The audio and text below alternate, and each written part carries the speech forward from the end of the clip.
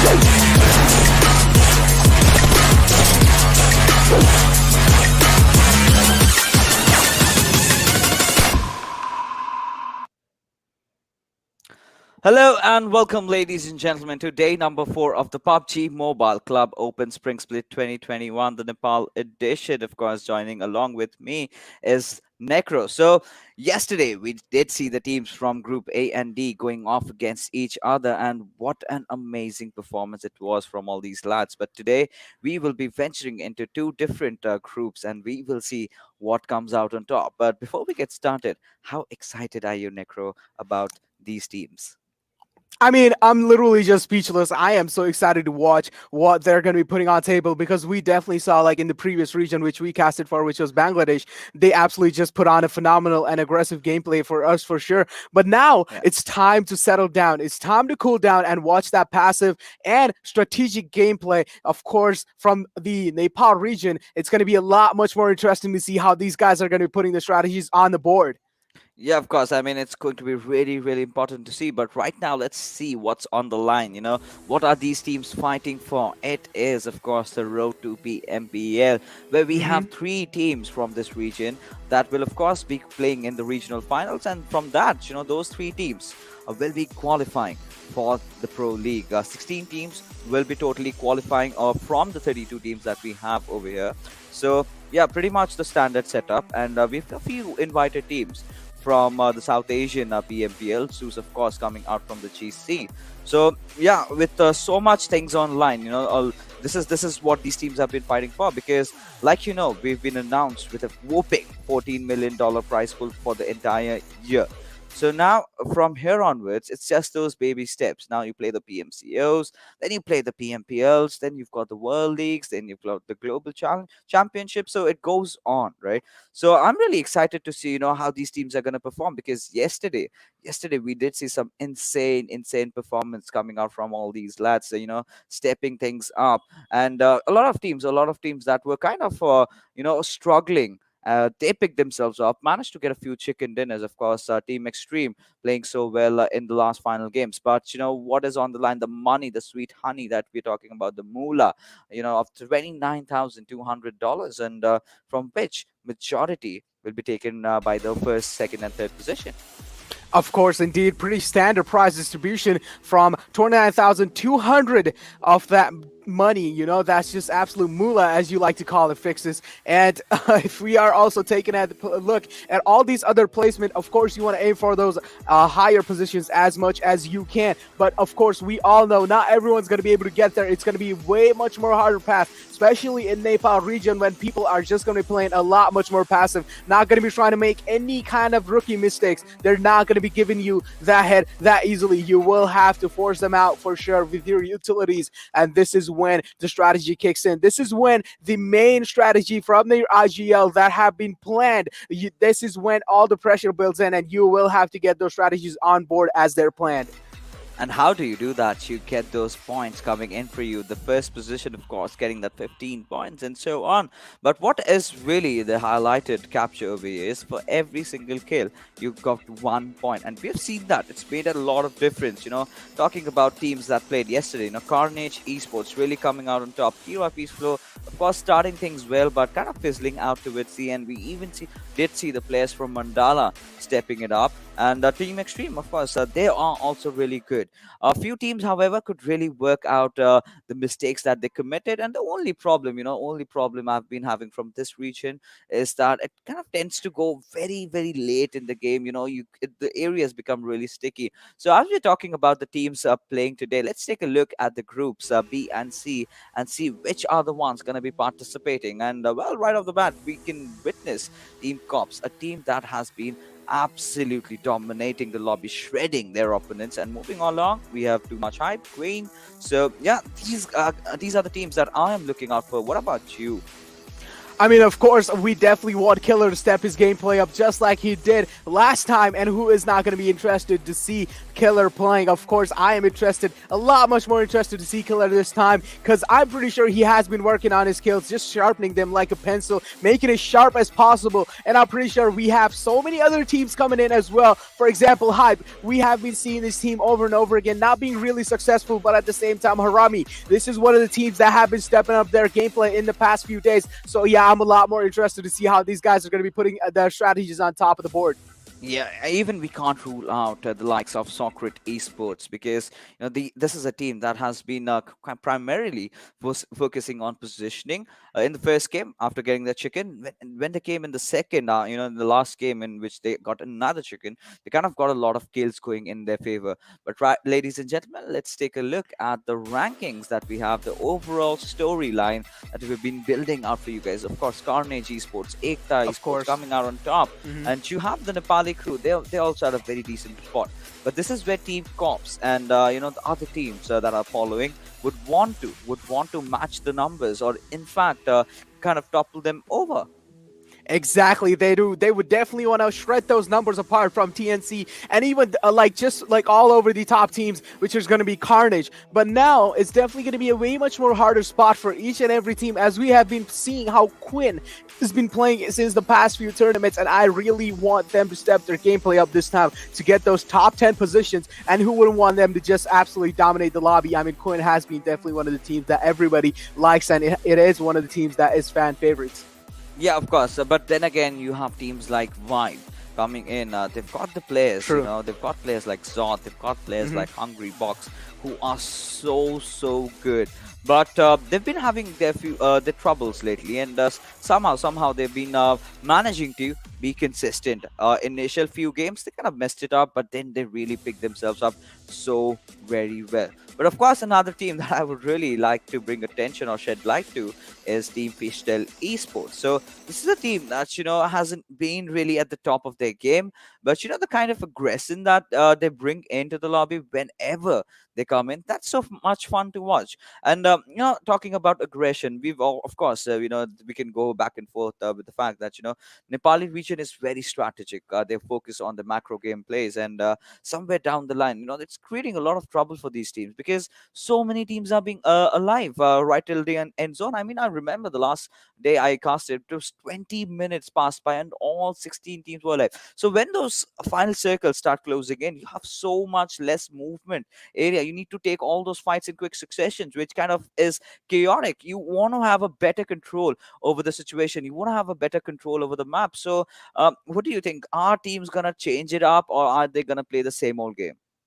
I mean, I feel like there might be a little bit change coming in as well, because of course, hey, come on, this is Nepali region. We see new strats on board all the time, and who wouldn't want to see something new coming up inside this gameplay over here, which is going to be a massive of course, pro scene of the Nepal region, and we might see some new, absolutely new tactics coming in from all these teams because they definitely have gotten some days off over here as well. So of course, they can utilize those days to actually make new strategies, and of course, just like try to figure out how each and every single team plays, where they drop, how their positioning works, and how like their way of thinking goes on. And I'm pretty sure they have been putting on a lot much more times, and I'm pretty sure we might see a little bit of aggression this time. I don't know. I mean, these are all just guesses, right? We don't really know. We Yeah. don't really know like any of these players personally, so we haven't really interviewed them and how they're going to be playing. But yeah, these are all upcoming guesses, and for sure we might see a little bit of aggression coming in from the Nepal region this time. Yeah, of course, the aggression might just be there. But these teams have played in the past. We know how they're gonna play. So a few teams, of course, that I can say they are really aggressive, but a few teams like to play it slow. Take their chances, hold on till the zone comes in. But talking about groups B and C, that's pretty much the standard setup that we have for you guys. Erangel, Sanhok, Miramar, and again ending things on Erangel. So. The only thing that's going to be different today is the fact that a lot of these two groups rather, haven't faced against each other. So a lot of teams might just drop at the same common place. So we might get to see some early scuffles in those games where teams might just drop off at Pachinki or some other area as the game is finally on live, and you can see the flight path trajectory this time. However, kind of a decent flight path, I must say. all the way from hospital to its Isnaya. Exactly, but also one big sad news. Seems like Quinn is just going to be playing with three members, and even Hype is going to be playing with three members, and so on. There goes H2O also with three members, and Wipe also with three members. What is happening here, Fixes? I mean, this is something that the teams really need to make sure. You've got all your four players in the lobby, and if you can't really connect it, well, time and tide waits for none. So as things are, they will of course be dealing with the aftermath, already being handicapped, because we've been talking about this back and forth, right? How important all those four players are, and if you've got your four players in towards those end zones, in towards those end circles, then you already have a better chance of winning. But teams like Vibe, teams like Too Much Hype, we've got so much expectations from these lads. And if they can't make it, I mean, I'm missing out on Hungry Box, one of the bigger names over there. And even if you talk about Team Hype, I don't see Captain either. Indeed, I mean, unfortunate turn of events, as we like to call that. But at the same time, we might see a little bit of early fight coming in this situation. But it doesn't really seem like they are in the mood to fight, so they're just going to be running away with their cars. Of course, it's going to be the Cops Wraith, and it doesn't really seem like TGOD is interested in challenging Cops early on. Of course, I feel like TGOD, if they wanted to fight, they could have come out on top because they had those two players alive. But at the same time, the second player didn't really have his gun intact with him. So yeah, I feel like they actually did the best thing possible, and they took the Dashi away from Wraith or from Wrath. Indeed. Yeah, I mean, Team Cops, of course, I'm kind of shocked. Where on earth is Killer? Your favorite gun right there. It seems like it's an SLR, and exactly, Fixes. You want to see the SLR in the action. It seems like you are going to be seeing one today. How excited are you for that, man? To See, absolutely mow down people with that SLR. I'm really excited about the fact that he's yielding an SLR, but where on earth is Killer? I mean, maybe just having some general issues, I guess. I I do mean, not we know, don't. man. Why? Because he's been the top fragger for your team. He's been doing majority of the job. Nothing taken away from the other players. They've been Mhm. providing that support, but you need that aggressive punch. You need that lead going in. That kind of an aggression that Killer puts on the table, that is clearly lacking. But yeah, moving forward, it is that is right. So taking a look at the circle, I mean, again, that pretty much standard circle, and we've been casting the same circle like for 4 or 5 times right now. Indeed, yeah, actually, yeah, this is the second time we have seen this circle in today, and I feel like this is one of the best circles that all these teams can ask for because there's just so much cover inside, and at the same time, so much. As so Fixes, before I even said this, while we were casting the Bangladeshi region, right? Well, we were talking about, yeah, there are some circle repeating itself. The history might repeat itself a lot of times, and if we see the same circle shift again, so we already know where the circle would be shifting even next time because these circle are just going to be remarking each other. Yeah, I mean, to be honest, yeah, initial circles we are getting quite similar, but towards the end, you get to see the small changes here and there, and that's the beauty of PUBG Mobile. But now that we're seeing a lot, there's always been a trend. Every single time I come and cast a tournament, even during the World League, there was a certain trend of a lot of circles heading on towards Katka. The same thing happened in the GC where we had a different circle altogether. Did see a lot of certain circles. So now I think the trend is somewhere towards the Eastern Circle, and teams are definitely going to benefit from this kind of circle. The ones especially who are going towards maybe Yasnaya, maybe towards Mansion Prison, or maybe towards Lipovka. So all those areas that we have on the eastern side.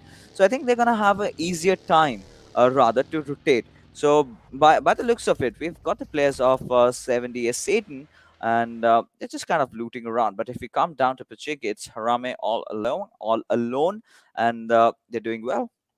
Indeed, Harame. I mean, dude, if you are all alone in Pachinki, we already know they're going to be racking up the most utilities, the most first aids, the most meds. While the support player is definitely going to be racking up those meds and utilities more than the ammo. Of course, it's going to be going that way, and it's definitely going to be interesting to see now, while they are in the most comfortable spot, how they're going to be utilizing every single piece of utility. While we take a look at stereotype. It seems like he is just AFK from his team. What is going on? I mean, already Hyper having a lot of trouble today. So Yeah, it seems this like. is Yep. yeah. Seems like So this Nepal region is just having a lot much more troubles overall. yep, you've got too much hype. You've got hype, and so this is what I was, even discussing with my friend Ansh. So I mean, if you take a deep look at how they kind of rotate and how they kind of drop off, so they kind of first tend to be just nearby each other, right? One of them goes towards Gatka, the other kind of going towards the south. East side compounds of the hospital. So it's going to be really tricky as to how they're going to figure things out. But looking at Team Corps, well, Maski did spot out the players of hype over there. I'm pretty sure everyone playing in the Nepal region knows this fact that this team loves to take on, loves to drop rather at the Gatka region. One thing Cops is definitely lacking is a lot more team callouts, as we can like to say, or just like overall team gameplay, because seems like Cops is actually just like separated from each other. But also we take a look at this. OG Lord is walking straight into a squad right in front of him. He might just get drive by if they actually hear his car, just hear like overall the sound cue of him, but doesn't really seem like that's going to be happening anytime soon. But let's take a look at Sandeep over here making his way inside the apartments area right in front of the schools. And yeah, it seems like Sandeep's going to be taking his sweet time looking for loot around, or maybe just get inside the buggy and just drive by. Yeah, I mean, whatever suffices to him. To RG are not really having the best of the days, but well, we'll have to see how they perform today. So now everyone is really focused on their loot. Everyone is focused on the rotation, finding the right compounds that kind of suit your play style. You've got a lot of ways to approach. Certain teams love to play the center, certain teams love to play from the edges, and a lot of culmination of different play styles towards the end make it so beautiful to watch. But so far in this region, we've seen a lot of chaos happening. And I mean, I would really like I mentioned, earlier, if the teams kind of took those fights towards the mid or towards the late mid game, rather not keep things towards the end game, because that's when it completely goes out on who has the better of the circle. Whichever team is in the center, whichever team has the zone favor, I think majority of the time that team comes out on top. Of course, indeed, that team definitely comes out on top. But I mean, there's nothing really happening. This is what we're talking about when it comes to Nepal region. There's like no fights happening early off. Nothing's really happening. Like even if there is a fight being contested, what Nepal region exactly does is shows that maturity and just tries to back off. Not because it's like when there is a fight happening against another squad, there are highly chances that even some of your teammates might get down and at the same time thirsted. So you don't really want to commit fully on those fights. So if you want to secure those top positioning spot, but at the same time in the end circle, it more kind of gets like all on the luck, if you get third party or not, if you are not going to be contesting those early game fights. So yeah, of course, early game fights happening is one of the most important things too. But taking a look at the airdrop, there is the cannon, as you like to call it. It seems like someone is actually going to be going for that. What a remarkable and iconic moment. We haven't seen anyone contesting those airdrops so far. Yeah, of course. But right now, it's going to be a decision rather if he's actually committing for the big green cannon, the AWN that we've been talking about. And well, in Erangel, it's a pretty good weapon considering the kind of a damage that it dishes out. But this is what I was talking about, right? The initial circle might be the same, but what happens next is completely uncalled for. I mean, now all these players are in kind of a dilemma as to where the circle is heading out. And you see that little lake just on the northwestern part of Yasnaya. If the circle kind of tends to go around that, then you've got a lot of open spaces to play around. You've got a lot of high grounds to even play around, where we have the players of Team Fangs are. So a lot of possibilities are there. But right in the junction, right, we get to see those gas stations. We get to see those visit towers, which will be heavily contested, because all these teams are trying to go in, get the center position, have the better of the circle, and then maybe when the situations are right, then maybe fight. Of course, exactly. I like the rhyme you used there. The situations are right, then maybe fight. Of course, I feel like that should be a slogan for the Nepal region there. You know, whenever we say we are going for the Nepal region, when situations are right, then we fight. I mean, that's pretty much what's been happening so far, right? Look at it. Yeah. Not a lot of kills here and there. You know, all the players are really live. They're not really engaging right now. I mean, at the end, what is going to happen is pretty much constant. It's pretty much standard. You know, it's going to be absolute pandemonium of throughout the map. But you know, taking a look at the players of FN that we have in front of our screens, Flex Nation, as we can call them. So Hmm. Flex Nation is a team that did start off well, but then afterwards, after a few games, they kind of were looking shaky. Now Yeah, they've they got a faded team, away. Yeah. yeah, they kind of faded away. So they've got some players, you know, like Oni, I must mention, who was playing really well. But apart from that, the other players, I really hope that they step it up a notch this time around. Of course, we do want them to step it up a notch. But as we are taking a look at FANG too, this team was been showing up, and I feel like they are improving their gameplay as time passes by because they have been contesting those like important position inside the circles as we were talking about. And also at the same time, if we take a look at the minimap, there are so many cars and early rotations happening. Everyone's just trying to contest those compounds, trying to get just overall a better position inside the circle. But in the end, when there are those early, late rotations coming inside the circle, it's definitely going to be a lot much more harder to contest any kind of compounds because I feel like the teams that have rotated earlier, they will of course get the best of it. Yeah, I mean, the second circle is about to end, and we have no fights happening whatsoever. We've got the players of Team Hype, like you mentioned, you know, Divine, Trigger, Noob, not really having the players, you know, the main players around. I mean, I would have loved to see in Captain playing over here, but you know, I'm kind of disappointed to be honest. Now, taking a look at the Gurkhali Titans, they've got a compound for themselves. They're also pretty much chilling around here, and look at the players of Team Hype. I mean, you've got Akash, OP, and any single moment. He might just, you know, get those extra information. Look at where the players of, Team TGOD Esports are, and then maybe just try to hammer them down while they're out in the open. Try to catch them off guard, and there you can see already. We can see Akash peppering down a few bullets, like we mentioned. So he's just gonna back out because his position has been compromised. Exactly. We definitely saw Akash just throwing a little bit of bullets, showing the teams that you cannot be rotating in the open ground because I am watching your six as well as you. So you're not supposed to get inside the circle in the open ground. You will have to find another way out. But at the same time, he decided to back off. That was just like a little bit of fear set in their hearts by Akash there, but it doesn't really seem like he's going to be committing to fully there. But also, if we take a look at these other squads, it's going to be H2O, one of the teams that haven't been showing up really lately and have been have been fading away slow by slow. But at the same time, they only have three team members in their team this time, maybe because of some unfortunate circumstances that have appeared for them. But I'm pretty sure those things are going to get fixed as time passes by. Yeah, of course. Now we have Team KWIN right in front of our screens. Now this is the team that I believe are playing as a three-man roster right now, and it's kind of spelled trouble for them, you know, as the game goes on. Now we've got the players of Team Hype, I guess, going against the players of Flex Nation. Now Divine is getting all that information coming in, but Deiku's position is going to be absolutely crucial, absolutely critical. So now Parasite, everyone has a good decent cover for themselves, but Divine, he's just collecting information and now he kind of backs off.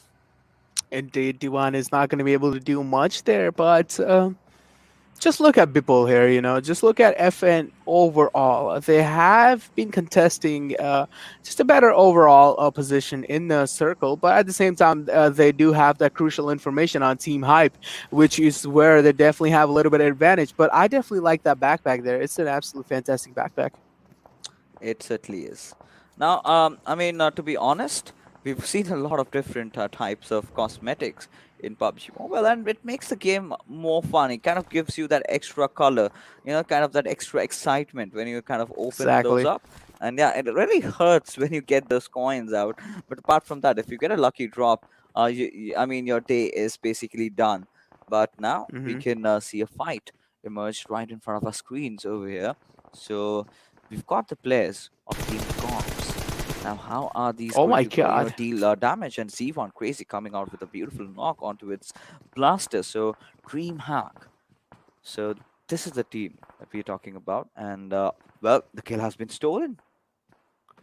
Oh my god, crazy. I know you're already pissed about your kill getting stolen, but like that. But at the same time, yeah, you will get the assist on board for yourself. But yeah, pretty unfortunate for him right there.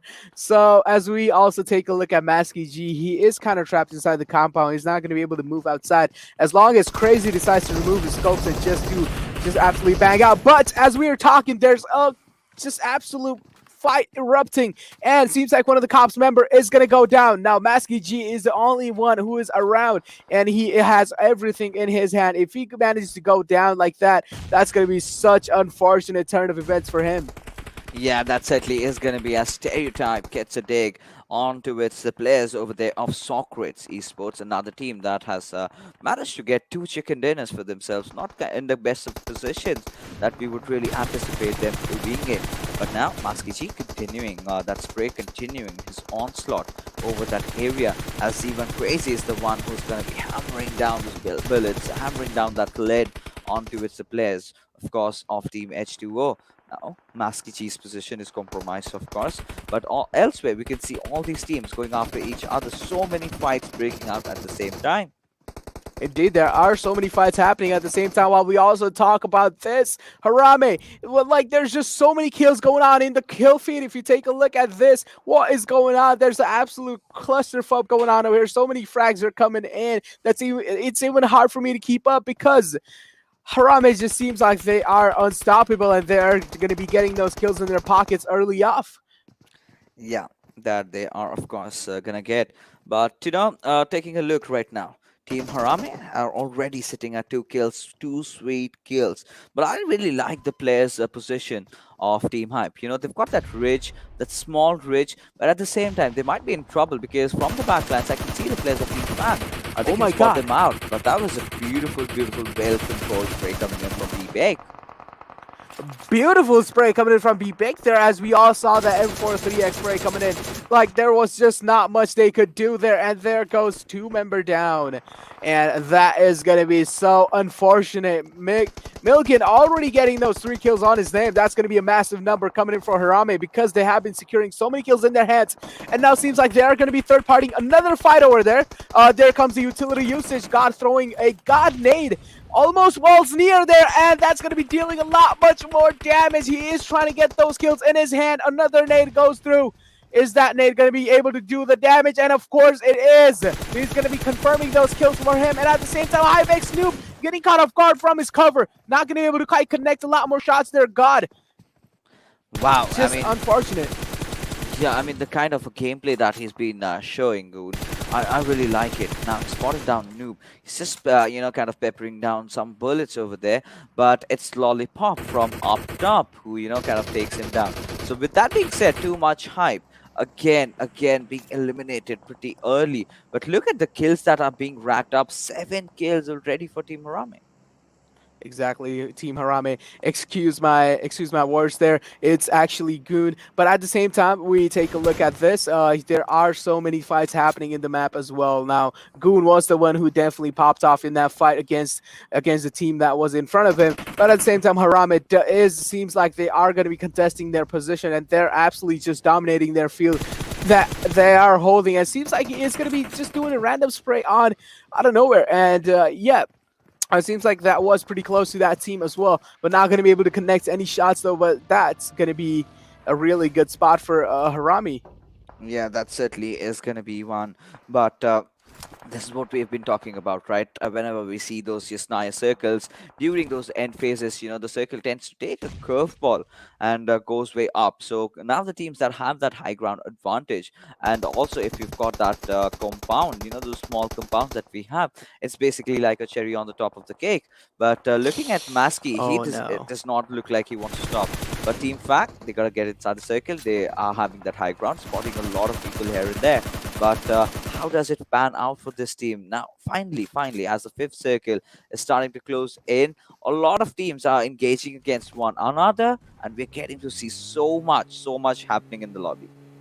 As we're talking about so much happening in the lobby, Flex Nation has been eliminated. One of the teams that have been showing a strong performance since the past few days. Not going to be quite happy about that one. But at the same time, look at TGT Cobra making a massive rotation right in the middle of the field, not scared of anyone. And also, so many people are actually making those rotations fearlessly, as we also saw Boyka and his teammate just rotating all over the place. Now Harami BBEK is on an absolute domination streak, right? As we take a look, Milgan is in a really unfortunate and sticky situation. He needs to get himself out, so he has to use those utility, but it doesn't really seem like he wants to flush the utility out so early. He definitely wants to keep those utility with him for at least like a little bit of late game as well. Yeah, he certainly does want to keep it, but this is a time where he needs to use it out all. Because you never know if you're going to actually make it into the final circle, so might as well get a few kills for yourself right now. He's got the numbers against him, of course. Team Fang having that high ground advantage, everything that they could possibly ask for. But by the look of this, the player we have in contention over here, I think that's Shoko. So now Choco has positioned himself inside the car, but has decided to kind of retreat now. He's on the left side, having those compounds. But look at Team Vibe, even playing without Hungry Fox, somehow managing to get a few kills here and there. Exactly, but it's going to be hard for, hard for Team Fang to actually flush Chaco out because he has that descending slope on his advantage. So even if they try to throw nades and try to flush him out, the nades are just going to be crawling down the slope, and it's going to be harder to hit Chaco with those nades. So they will have to try out something else over here and try to overall a better strategy to force him out, or either just get him out the game. Right. Now, the fifth circle has just about to get started. You've got the players of Team Fang that are yet to get inside the circle. Now, they're making a lot of noise. If you are actually going to do that, you better be prepared, because the moment you go down, the moment you go charging down, I mean, of course, H2O Esports having one of the best spots in the circle and having that compound, they've got so much to play around with. But look at the players of Team Fishtail. So now they're caught in a very precarious situation. They've got a few cover for themselves, but is that gonna be enough? Look at Maskey there, just out in the open, not really looking good in his position, while also at the same time there is a team right in front of him. And as we talk about Maskey being in a really tricky situation, Team Cops has been eliminated. The last person, Maskey, has been out as well. And even TGOD Esports has been eliminated as well, while Harami is in a really bad situation. They are getting contested from a lot of squads, as well as there are some third-party shots coming in as well. Yeah, the third-party shots are definitely going to come in, but Team Fang, they're having a very good position inside the circle. And well, the Kali Titan somehow surviving the onslaught over there, as the team just comes charging in right onto their faces, and before they even realize, getting shot from behind from elsewhere. Right now, the players of Dream Hackers, Z1 Crazy, he needs a revive. And you can see the player over here, Slayer, is going in actually. He's trying to get that res on and deploying a lot of smokes. But is it going to be wise, as we have just 5 teams remaining in that final circle and make 16 players alive? Indeed, 16 players are alive, and this is definitely going to be enough to fill all their bellies with those kills, as we talk about. Now, take a look at Fang, right? Fang is one of the teams that have been showing up a little bit, like their name has been showing up on the screen, and now we all are noticing Fang actually doing something in the tournament. And as we talk about Fang, TGT, which is going to be the Gurkhali Titans, have been eliminated out of the game with only 2 kills in their bag. Not going to be securing that much more placement points as well, because they have been eliminated on the 5th position, so they are not going to be securing much more points and only got 2 kills on their name. Yeah, they've not got enough kills really even backing them up. So considering the airdrop has fallen in a very, very interesting spot. We still have the players of Team Fang having the better of the circle, like you just mentioned, but it's Team Fishtail that we're seeing a completely different type of a gameplay.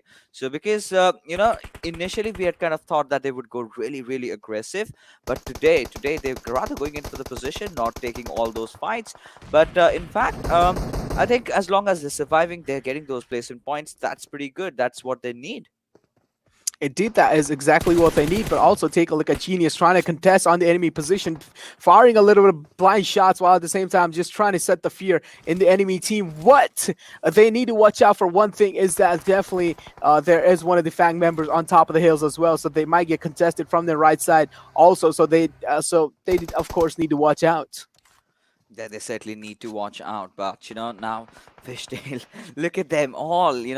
All like a school of fish. They're just going in, trying to get those kills for themselves. But Team Fang, they are gonna spread it out because they are having a very, very good split. But Ale, he's trying to put up a fight, but that's not working out in his favor.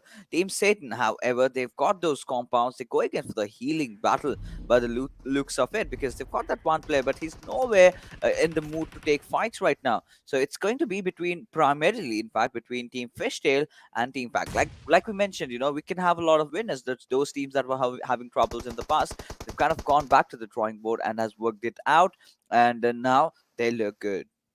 Exactly, indeed. But also at the same time, Fang is definitely in a massive trouble as we only take a look at the strats over here. There are only 3 teams left. 7 people are alive. Satan, that guy is taking a lot more damage outside the zone. He needs to move inside. But at the same time, there are so many people inside the zone, so he has to just keep on healing and try to get the healing battle. But doesn't seem like he is going to be successful. And there goes 70 as Satan has been eliminated on the 3rd place. Now, these are just one-on-one team action coming in. There are only 2 players alive for Freestyle Esports, and it seems like Fang is way much more confident in taking these fights. And he's going to be gonna get spotted, and this is going to be a complete squad wipe. Winner, winner, chicken dinner. Beautiful stuff coming from them.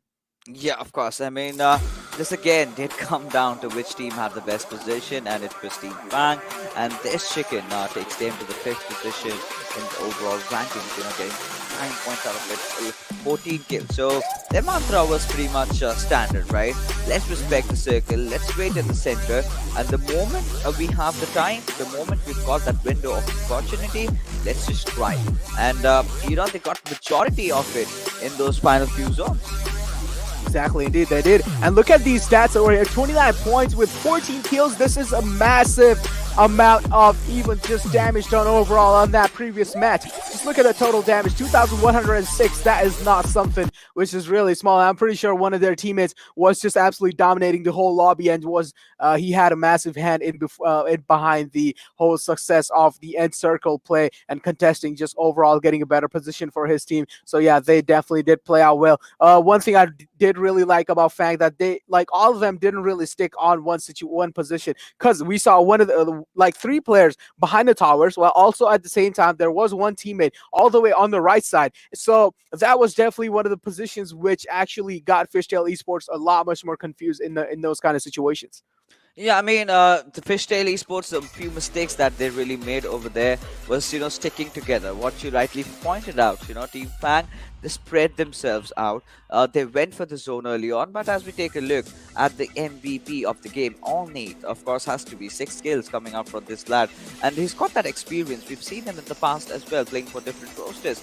Now, they come in, they did not have a really, really good first day like they would have anticipated for themselves, but now they're picking themselves up. And of course, this chicken dinner is so much gonna help their purpose, because you get one more and you pretty much solidify your position in the top 16 and qualify for the grand finals of course, the PMCO regional finals. Now let's take a look at the top players and see who are the other players that have really stepped up in this game. Exactly. Of course, we are going to be seeing one of those Harami members there. It's going to be Milgan securing 3 kills and 703 damage. Massive, stunning stats coming in from him. But also, how can you forget Luri with those 3 kills and also getting almost 700, but just 40. Just 46 points away from that. But yeah, overall, these teams have been showing us some great stats. And of course, hats off to Fang for playing out so good and strategizing that gameplay in those last circles. It was definitely a lot much more better gameplay to watch. Yeah, it certainly was. It certainly was. But I kind of expected more out of these teams. In circle like this, it kind of becomes predictable, right? The same old story. Whoever gets the better of it kind of wins. I wanted to see someone, contesting for it, going for it, and trying to fight through the edges. And talking about Team Satan, we haven't really talked much about them, but they could have done so much. Rather going for the passive approach, trying to go into those heal battles. But as we take a look at the match summary and a few long distance kills, a few good kills, damage, decent number, assist, decent number. But apart from that, nothing much happening. Indeed, nothing much happening, but also take a look at those maximum assists by Kazi there. KWIN didn't really show up that game, but of course we need to give a little bit more time for KWIN to actually build up and warm up themselves and warm up their heart and brains. Just overall, just get a better warm up and just get overall just warm up and just the blood flow going and the adrenaline pumping. I'm pretty sure KWIN will be showing themselves in the upcoming map, because the next map is Sanhok, which also has a lot much more interesting stuff lined up for, and I'm pretty sure we are going to be seeing some early aggression. Yeah, we've been talking about Sanhok, the kind of an aggression that we get to see, but teams tend to go really critical in that. Teams tend to rely heavily on that RNG factor kicking in. But look at FANG getting 14 kills out of it, and 70 as Satan. Of course, they had those Yasnaya compounds to play with, so consider that 17 points for them. Fishtail, a completely different makeover for this team, because the last time we did see them going in for kills and then kind of dying very early on. This time, however, prioritizing the circle, prioritizing on the rotation, they managed to collect quite some points. Exactly. One more problem with Team Cops here. They are definitely missing Killer, but also at the same time, Team Cops was in such a massive trouble because they were separated early on. They weren't really playing with each other. They were just crumbling apart one by one all the time. And in the end, we just saw one of the Cops members staying alive and just getting absolutely contested by the squad in front of him, which is what teaches us one thing, that try to stick together in those early gameplays. And then later on, when it's down to a lot much more or less squads, try to just separate out, try to just like scout out the enemy positions, get like a better overall view of the map, overall view of the enemy positions, just try to contest everything across you and just get like a little bit more knowledge about the end game circles.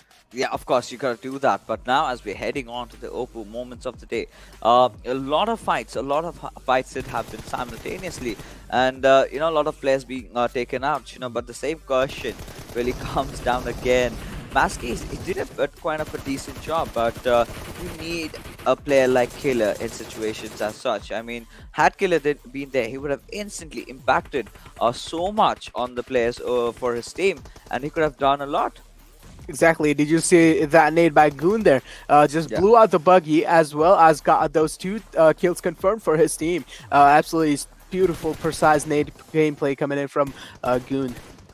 Yeah, that definitely was there. But look at Team FANG, they've got that high ground advantage right from over there, and they've got the center as well. So a perfect setup coming in, having 3 players together, one of the lone survivors going up top, and that sort of kind of helped them in kind of getting that, chicken over there. But now let's take a look at the overall ranking, because after this chicken dinner, we do know where FANG is going to find themselves at.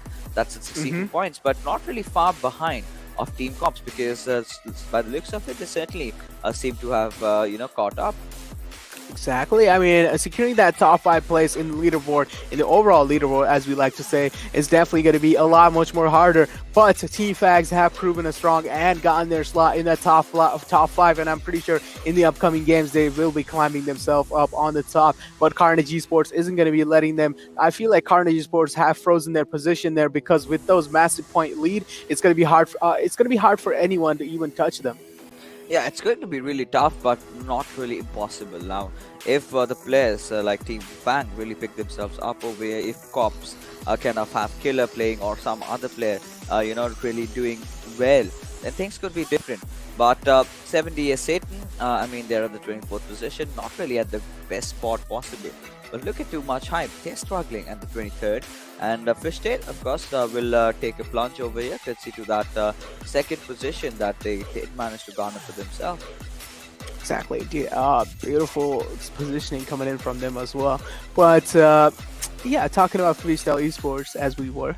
Freestyle esports did try their best in the end circle, but didn't really come out on top. But at the same time, securing that 28 spot, I still feel like that is pretty not so good. That is not so good. They definitely need that at least top 15 spot for themselves to at least feel a little bit comfortable. We're talking a little bit Yeah. comfortable because what we are aiming for is those top three spots, and they're going to be so important and difficult at the same time to even touch those. So, of course, they have to pop off in those upcoming games. But also, as we take a look at Team Cops, they were definitely the one who were doing so much in the previous games. But Team Cops definitely seemed they were struggling a lot much more. And I feel like they should actually just stop separating from each other and try to get a better strategy overall in game. And just overall, just better strategy in game.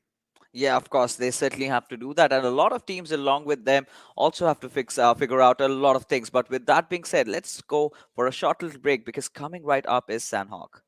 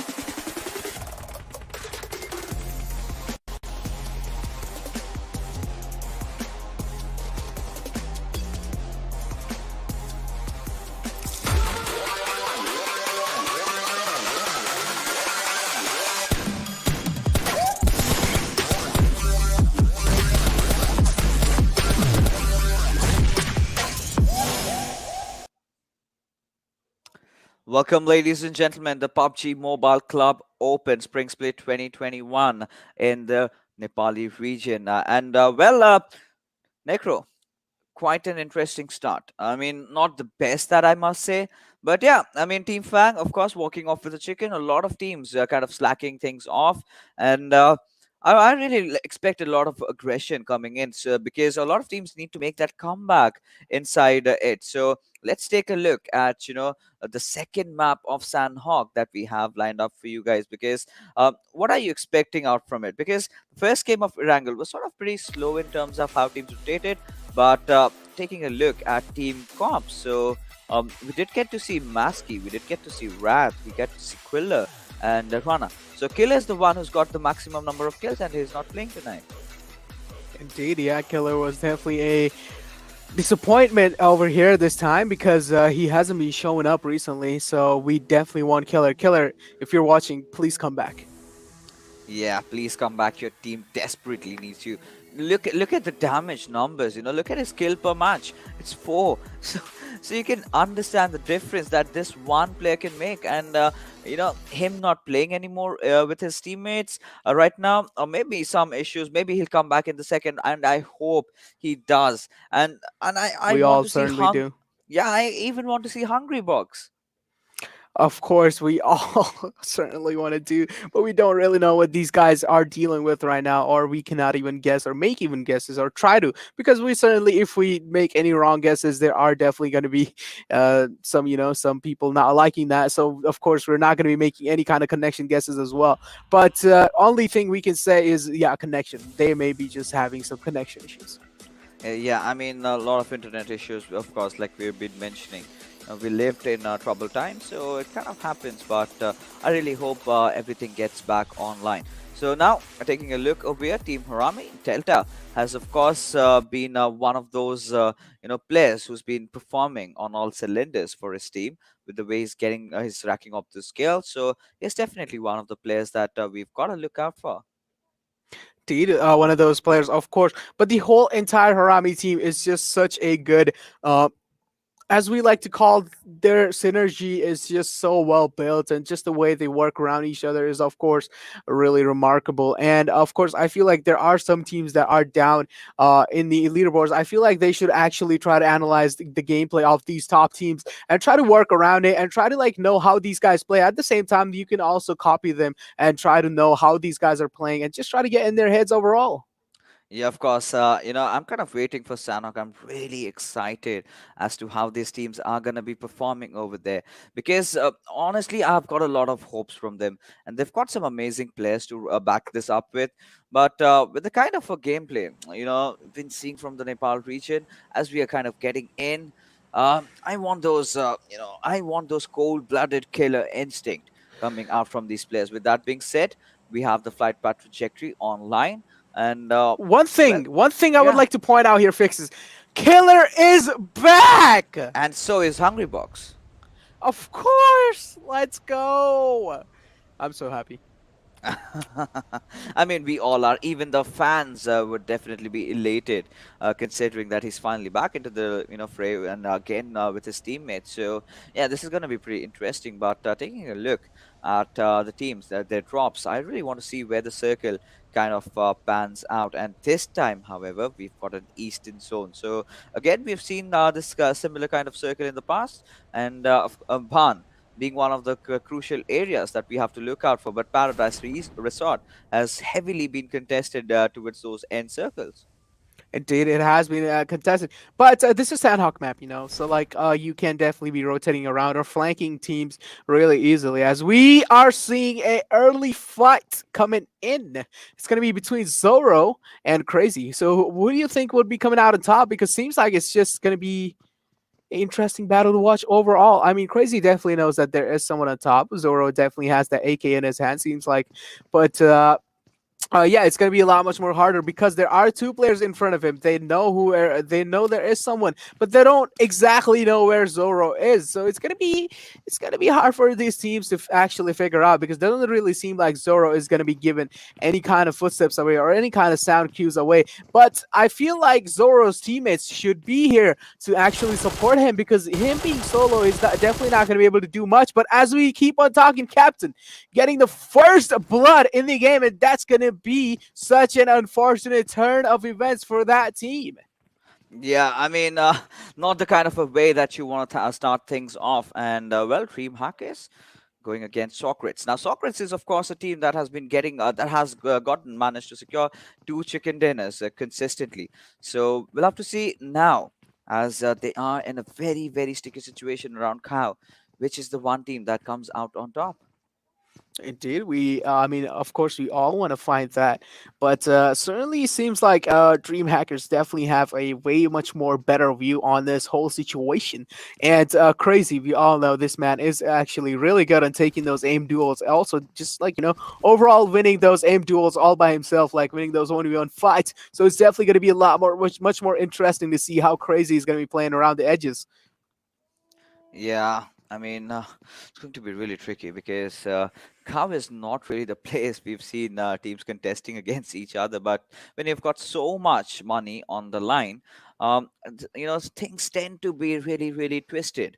Now, we've got the players of Socrates. Now, this is a team that knows how to position themselves really well in those fights. But now they're going against a team that has a lot of experience. We've got Z1 Crazy coming in into the roster, and we know what kind of a power, what kind of a punch can he put into the team. So, well, now one thing for sure, taking a look at the mini map, I love the movements that are happening from the players of DreamHack Esports. They're kind of trying to surround, trying to engulf the squad of Socrates Esports like an amoeba.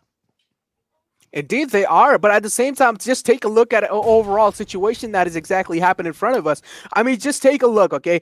DS definitely have a way much more better advantage in this situation overall because they are spread it out. Of course, it's going to be a lot much more harder for SES to realize and capitalize on each and every one single person's situation and position. So just take a look at shot as well. Like these guys are separated out so far from each other. Now, even if they hear one of the footsteps, so they all might just push, and in the rotations they might get caught off guards as well. But also seems like they also know where Sus is located, so it's going to be a little bit harder for DS to work around it. It's going to be really critical. It's going to be really difficult. But now they've got to do something. Now they are in the situation. You've got to engage in this fight. Now, hiding in a dumpster, I do not know how much is it going to help your case because you're just proning around, giving away all that necessary sound cues to your opponent to really act upon it. Indeed. I mean, you definitely want to be as sneaky as possible in certain situations. But this situation, I feel like you should be a little aggressive. I mean, these are just my point of view, right? You should be a little bit aggressive. And at the same time, you try to get like at least one or two knockdowns as early as possible. Yeah, I mean, you certainly have to. But this fight, we can see not really much happening anymore. I really thought that the players of Dream Hackers are kind of trying to rotate around, but no, now they've decided to kind of side onto its one single direction. So that's gonna pretty much foil their plans, course. I mean, for initially, I really thought that might be a genius idea because Socrates they were all in the center. Now, in a mode like TPP, if you kind of are surrounding your opponents and you just throw in those grenades, just bound to get one beautiful knock. So that's not really the case happening over here, as we have the first airdrop, and that's a big green cannon. And I think once we did get to see the big green cannon come into action, but nothing much really surprising about this. I would love to see some MK14 or maybe an M249 or Groza. I mean, those are the three weapons that you would love to use in Sanhok.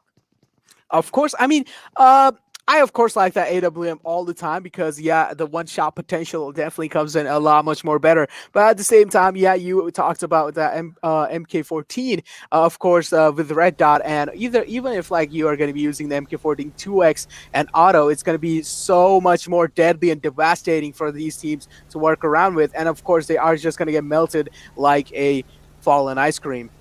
Yeah, I mean, they're gonna be melted, they're gonna be shredded. But again, two RGR taking the waterways. So it is their choice. And so far in in this particular region, in fact, the same goes with Bangladesh.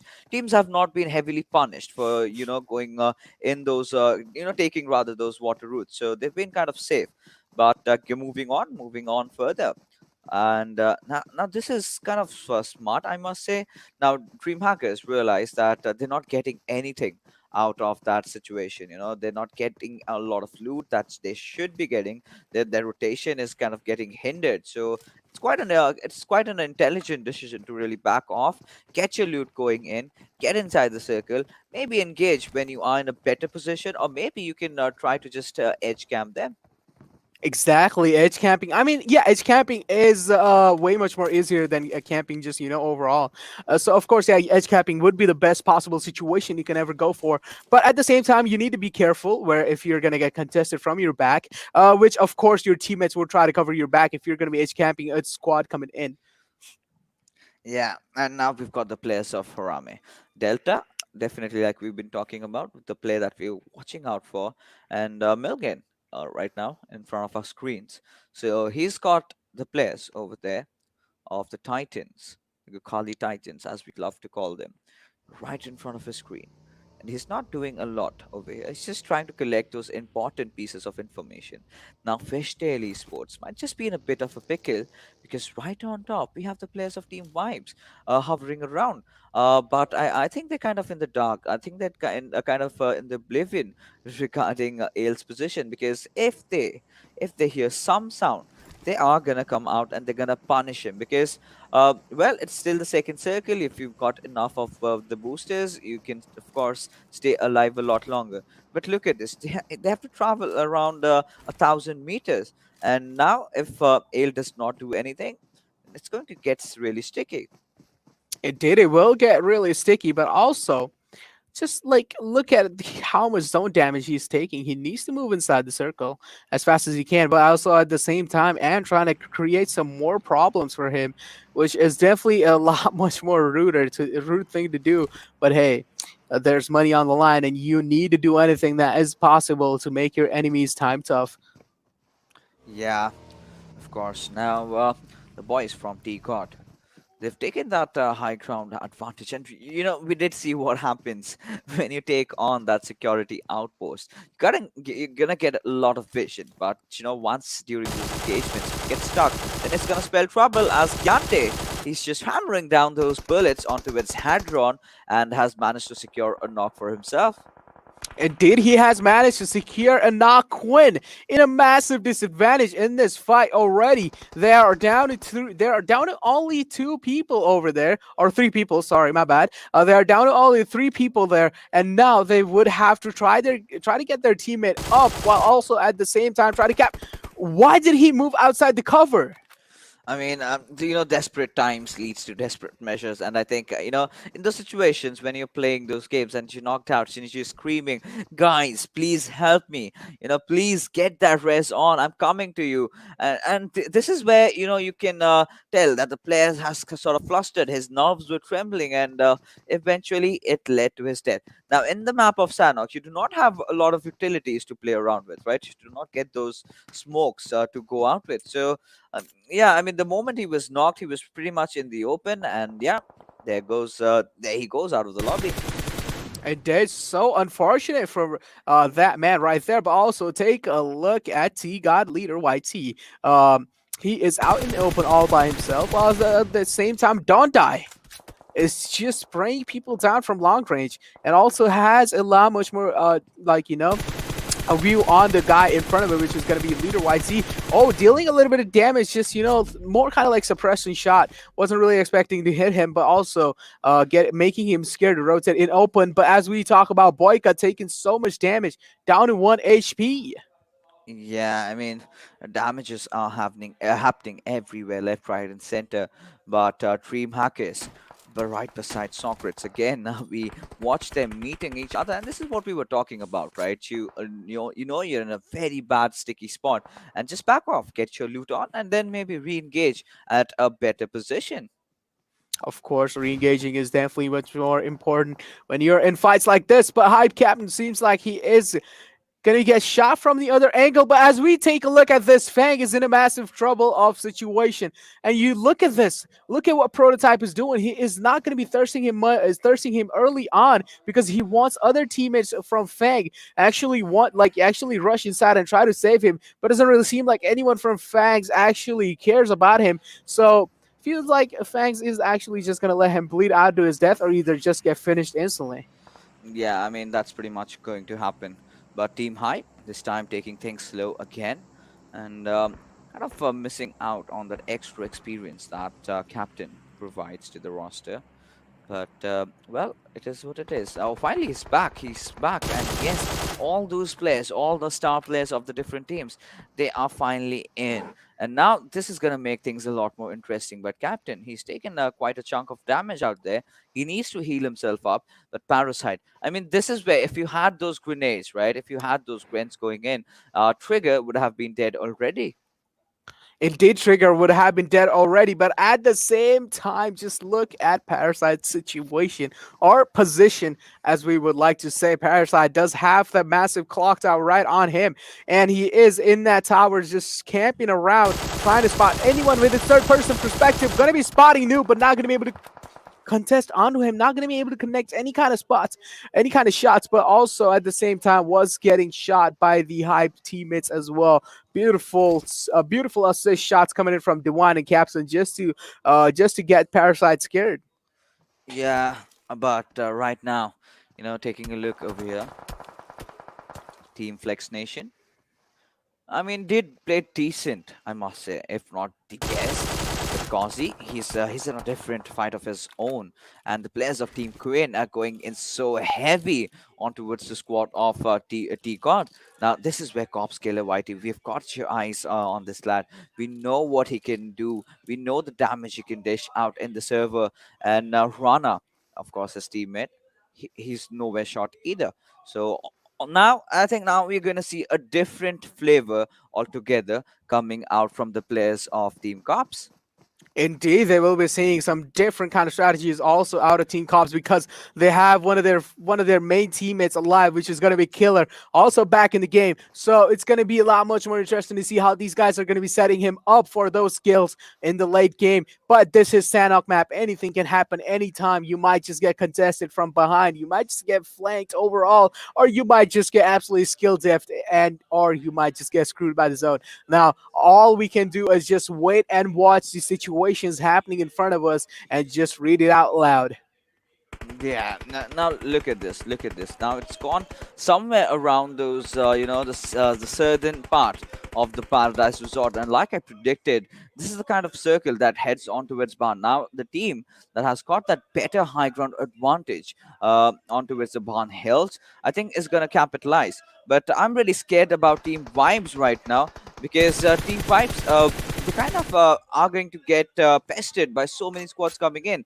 We have the players from Dream Hackers, so they're also closing in a lot of different squads. So to RGR, well, they've got some peek out there, taking a dig at the players of 7 Days Satan. As the circle will be slowly but surely moving in, we will get to see so many bodies being pested with blood.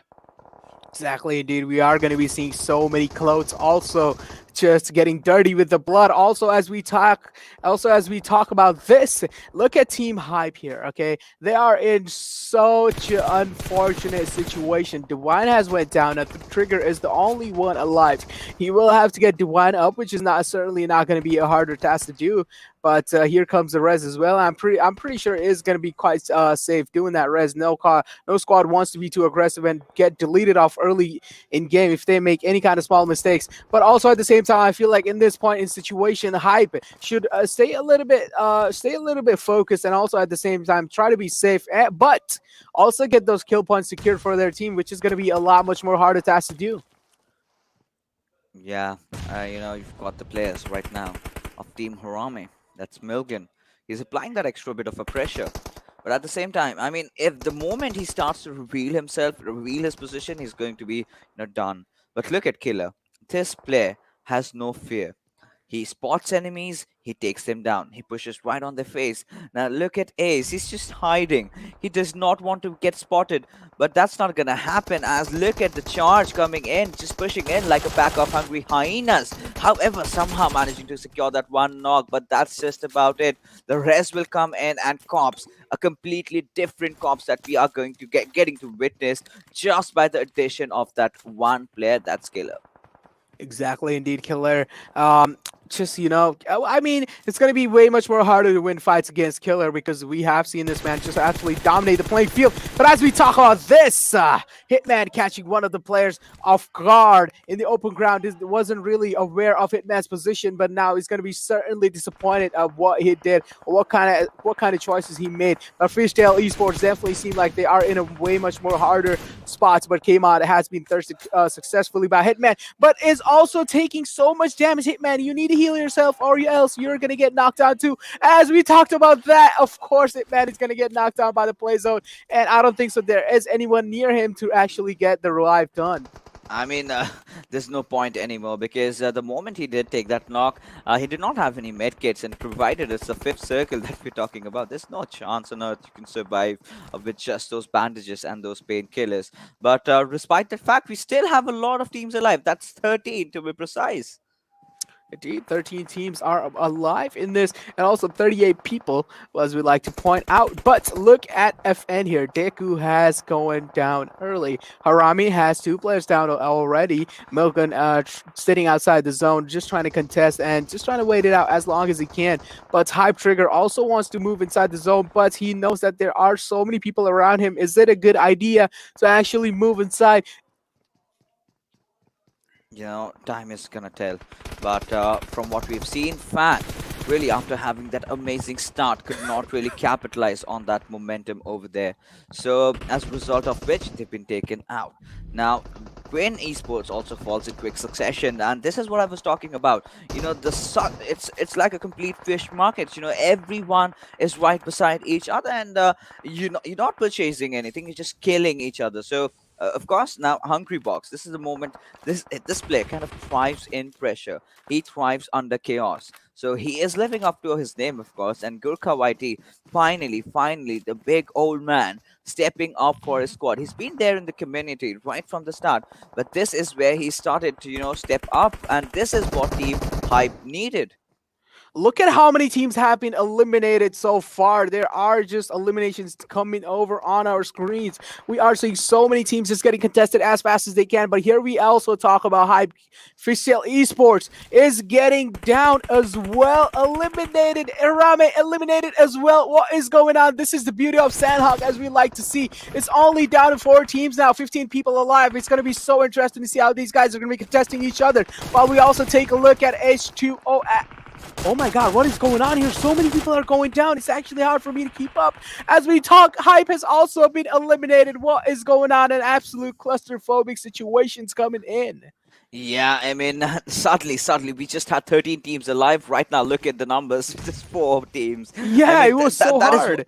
yeah, I mean, that is what happens in Sanhok, and that is what happens when you tend to keep those early games really off. That's the time when you need to push in, when you need to have the cojones. I know it's a lot of money on the line, but again, now teams are keeping a lot of things to chances. Whoever has the better of the circle kind of turns out as the winner. But I really like what DreamHack Esports are doing over there, kind of having that spread, but they need to get inside the circle.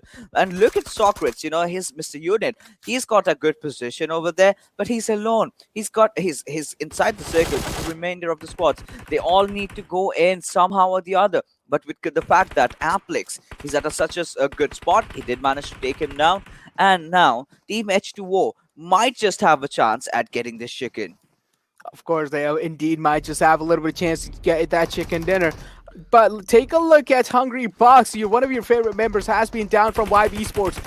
And also YB Esports has been completely deleted off the game. Now take a look at H20. Mr. Toby is going to be taking so much damage if he doesn't move inside the zone, but also has to peek outside, and that's going to be punishable as well.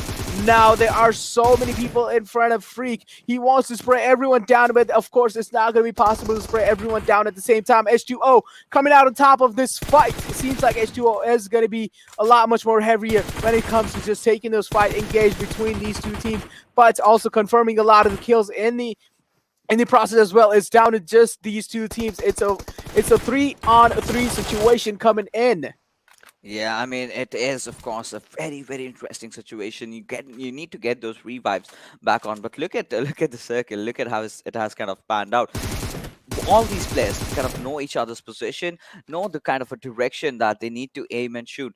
And now is the case where I mean, if you had some utilities and if you can lob those few grenades, you're gonna get a lot of damage done. And there you go. I mean, already free taken out of the equation over here. It all comes down to Aplex. What is he gonna do? He's spraying down onto his Slayer, managed that one single beautiful knock, but he will switch his weapons, taking those painkillers. Not right now, because the circle is starting to close in, and somehow has managed to do so, but instantly just proning off, trying to take that lower ground as he's gonna engage against a player like Z1 Crazy. Having spotted him down, Z1 Crazy putting up a huge fight and pulling off a beautiful clutch. And there you go, Dream Hackers Esports coming up top with that beautiful, beautiful winner chicken dinner.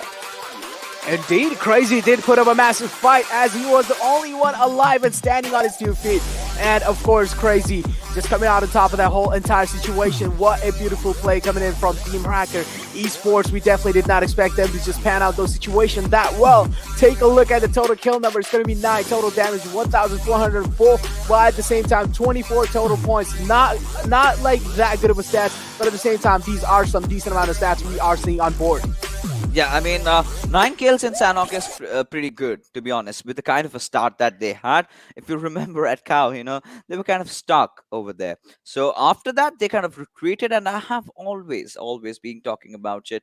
Kind of respect the zone. Never, never, ever turn your face away from it. Never think that you might stay at the edges and you can get something done. But, well, there you go. The MVP, Aplex, coming out. He's got 3 kills for himself and 657 damage.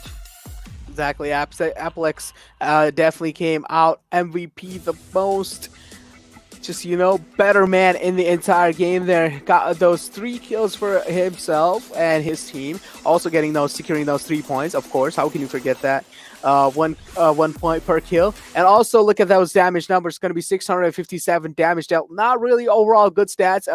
Like if we take under consideration the map with Sanhok, we were definitely expecting much more kills coming in.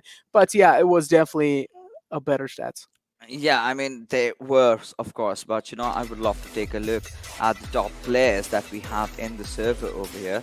Aplex coming on top with 3 kills, and Sus is not far behind. And this is where, we've got the other players, the old guard step it up. This is Hungry Box coming in with 3 kills, and of course, Akas also with those beautiful 3 kills. And even we did see some glimpses coming out from Gurkha. So this is where you need to start leading your team from the front. And our team hype, I must say, they did survive. They did rack up a few kills of their own. So promising game for them. But exactly what the players of Dream Hackers needed. Now they've got players like Z1 Crazy. Of course, you would expect them to kind of win a few games here and there. And finally, this victory is kind of gonna push them a bit further. And when the time came, Z1 Crazy just went nuts. Absolutely, they did went nuts, but also take a look at those stats. If we also took a look at those, we were definitely a lot much more fascinated by those as well. But yeah, just like going forward, I have a lot much more expectations coming in from Miramar as well. Yeah, I mean, talking about Miramar, yes, I do. But we'll take a look at the math summary over here. And there you go. So it's having the highest skill to find, getting that longest. And the highest damage, of course, going to Aplex. And he's forced the MVP. Z1 Crazy with those assists coming out. And 9,047,471 is not a number that we need to scoff about. I mean, yeah, a lot of people might say that there's a lot less. But come on, this is Sanhok at the end of the day. Indeed, it is Sanhok in the end of the day, and yeah, there are going to be so many fights happening around you, so it's definitely going to be a lot much more harder for you to contest those kills when there are just so many shots around you. You're of course going to be scared for your life. You don't want to give up your life this easily when there's so much money on the line, and of course so much repetition built on the line as well. Yeah, I mean, a lot of things are online, and what really matters to these players is the glory. I mean, we all love the money, but it's the glory, the fans cheering for them, the love and support that they can, get from the countrymen, and of course, a chance to represent their country. Like as every esports player, you've got a dream to have that badge, the country's flag on your chest plate. And there you go, the match ranking coming out. Dream Hackers Esports having those 9 kills, 24 points. But H2O Esports, this is also going to be a respite for them because they have been kind of struggling lately, but they picked themselves up. But moving on further, Team Vibes, of course, maintaining the consistency, but Team Hype also making their comeback. Indeed, Team Hype definitely making that comeback, the massive comeback in as well. Now, just take a look at these match rankings, right? If we are, Harami didn't really show up that well this game, but I'm pretty sure next game they are going to be showing up well because I feel like Harami is a team that absolutely shows when they get a little bit of time just to settle inside the game, which are going to be those bigger maps coming in, Erangel and Miramar. So yeah, of course, in those next 2 maps, we might see Harami just absolutely pop up in those late games. Yeah, I mean, of course, we certainly have to see Harami because we've seen glimpses from their side. We've seen some good performances, but you know, you need to be consistent. It's not just that one game where you go completely bonkers and the next game you kind of go down the hill. So it's not going to be that tipsy turvy curve that you're going to take.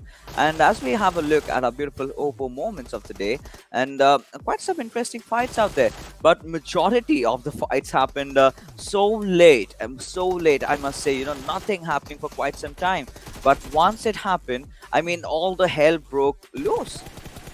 Of course, it did indeed close, but so many unfortunate situations coming in for all these players. I definitely feel bad. And of course, when there were so many teams actually getting eliminated, it was actually hard for us casters to keep up with it because there were just so many fights happening all over the place. It's just really hard to cover everything.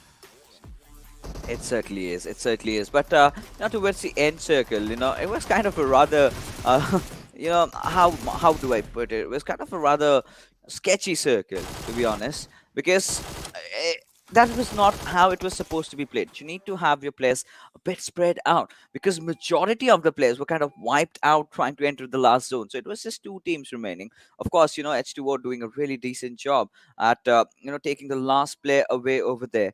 And after that, I really felt that these players might just kind of spread their wings a bit, kind of try to press on the other team. But yeah, Dream Hackers Esports really good, did a very beautiful thing about regarding just throwing that grenade, trying to take one man down. And that's where they got the cojones to kind of try to force this fight out. And that's where they knew that this is the moment, we've got to do it this time, or else we kind of not gonna walk with the winner chicken dinner. Indeed, they did realize, and of course, realizing the situation that you're in is an, of course, fantastic thing to do as when you're one of these top team players. Yeah, of course, you must have to do. And right now, we have the overall ranking.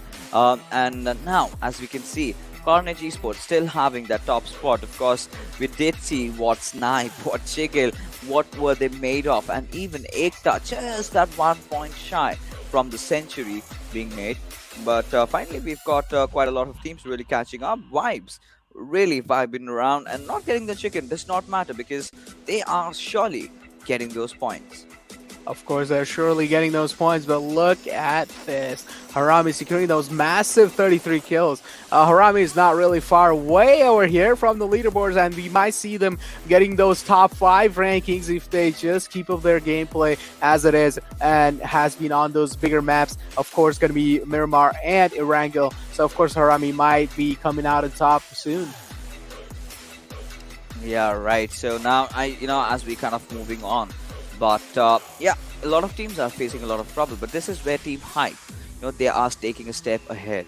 They're kind of going up, and 17 kills is what they're sitting on after 6 games, and not really acceptable by the standards, but it is what it is. Flex Nation really did try hard in those first games, but that was just about it. Now, if we move on further, if we move on further with these matches, now we've done with Sanhok. We've got 2 more matches remaining. Miramar. So, ladies and gentlemen, we will be heading for a short little break because coming up next is the Deserty Lands.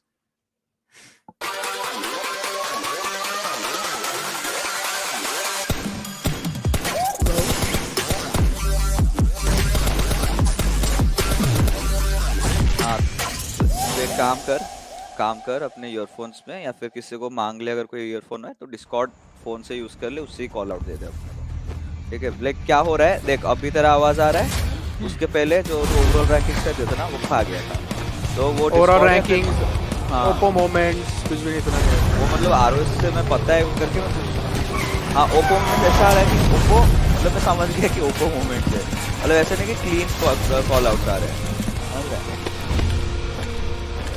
हाँ अभी देख, अभी तो पूरा crystal clear आ रहा है तेरा आवाज, ठीक है।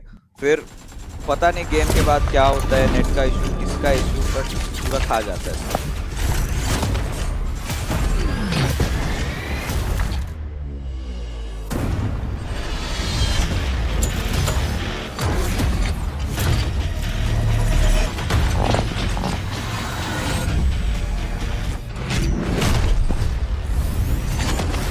अच्छा सुन, ऐसा ही है और भाई। एक ऐसा टिप है, मतलब टिप रख कि अगर से हम लोग को तो कोई कॉल आउट दे रहा है, हम लोग बात कर रहे हैं, अगर तेरे को मतलब आ जा रहा है रिलीज कर दो, सिवाय ब्रेक के लिए तेरे को मतलब कॉल आउट हम लोग को देना पड़ेगा, बस तब तक के लिए रुकना। अपार्ट फ्रॉम दैट ऐसे बात करते करते तो ओवरऑल रैंकिंग डाल दे, डाल दे, कोई बात नहीं, हम लोग वापस से वहीं पे आ जाए।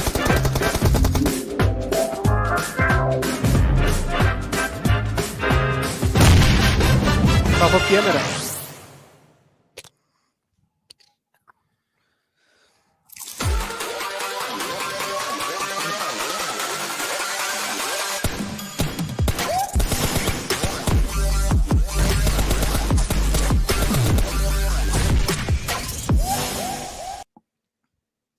Welcome back, ladies and gentlemen. You are watching the PUBG Mobile Club Open Spring Split 2021, the Nepali Region.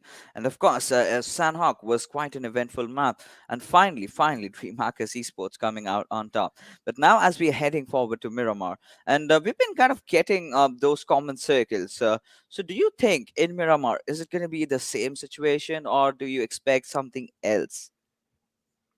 Um, No, this time I don't really think so. I want that military circle really bad because we have seen once in the first time that how like those military circle can affect things, and of course those fight will be forced into each other no matter what. Even if you want to play as safe as you can, those fights Yeah. will be happening no matter what. So yeah, there's just like overall tricky situations to deal against with, and these teams will definitely have a lot much more harder time when it's just a military circle coming in. Considering how the teams have been really playing, right? They've been kind of going for the safer approach right from the early start, and I do not know when we're gonna see that change, because I mean, I have to be honest, a lot of teams do that, and this has been really coming in from the Chinese region, because if you watch the matches from that region, you can see so many teams surviving in the end circles. I mean, I've seen like around 16 teams still surviving even after that 20-minute mark. So in that situation, you need to understand how to make your way inside the circle. Now that's a very complex process, to be honest. That's a really complex process, because there are other factors that are certainly not under your control. And in a game like PUBG Mobile, you need to have that control, and the more map control that you have, the more freely you can just rotate around those during those end games. So teams need to understand how important it is, to be going in for the kills. Of course, you're going to be taking some losses, but that's what you've been practicing for all this time. So as long as they do not really start going in trying to take those fights right in the middle game, and not getting a few kills racked up, things are going to be really troublesome for them as they move along. So that is gonna be one of those troubles I'm talking about. Apart from that, amazing shots coming out, the players, the rotations are fine, everything is just good.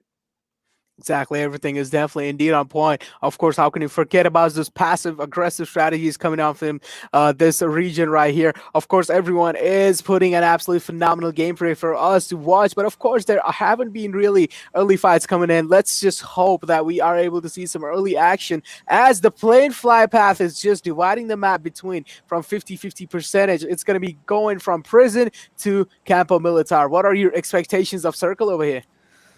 I mean, by the looks of it, I would really want an El Pozo circle. It's been quite some time that we did get to see something happening around that. Maybe Crater Fields, because it gets so much elements into the game, or something around like the northern part of Picado, or somewhere around Power Trade. so much to play around with. But the majority of the times we are seeing a lot of Impala circles, La Bendita, lot of Los Leones.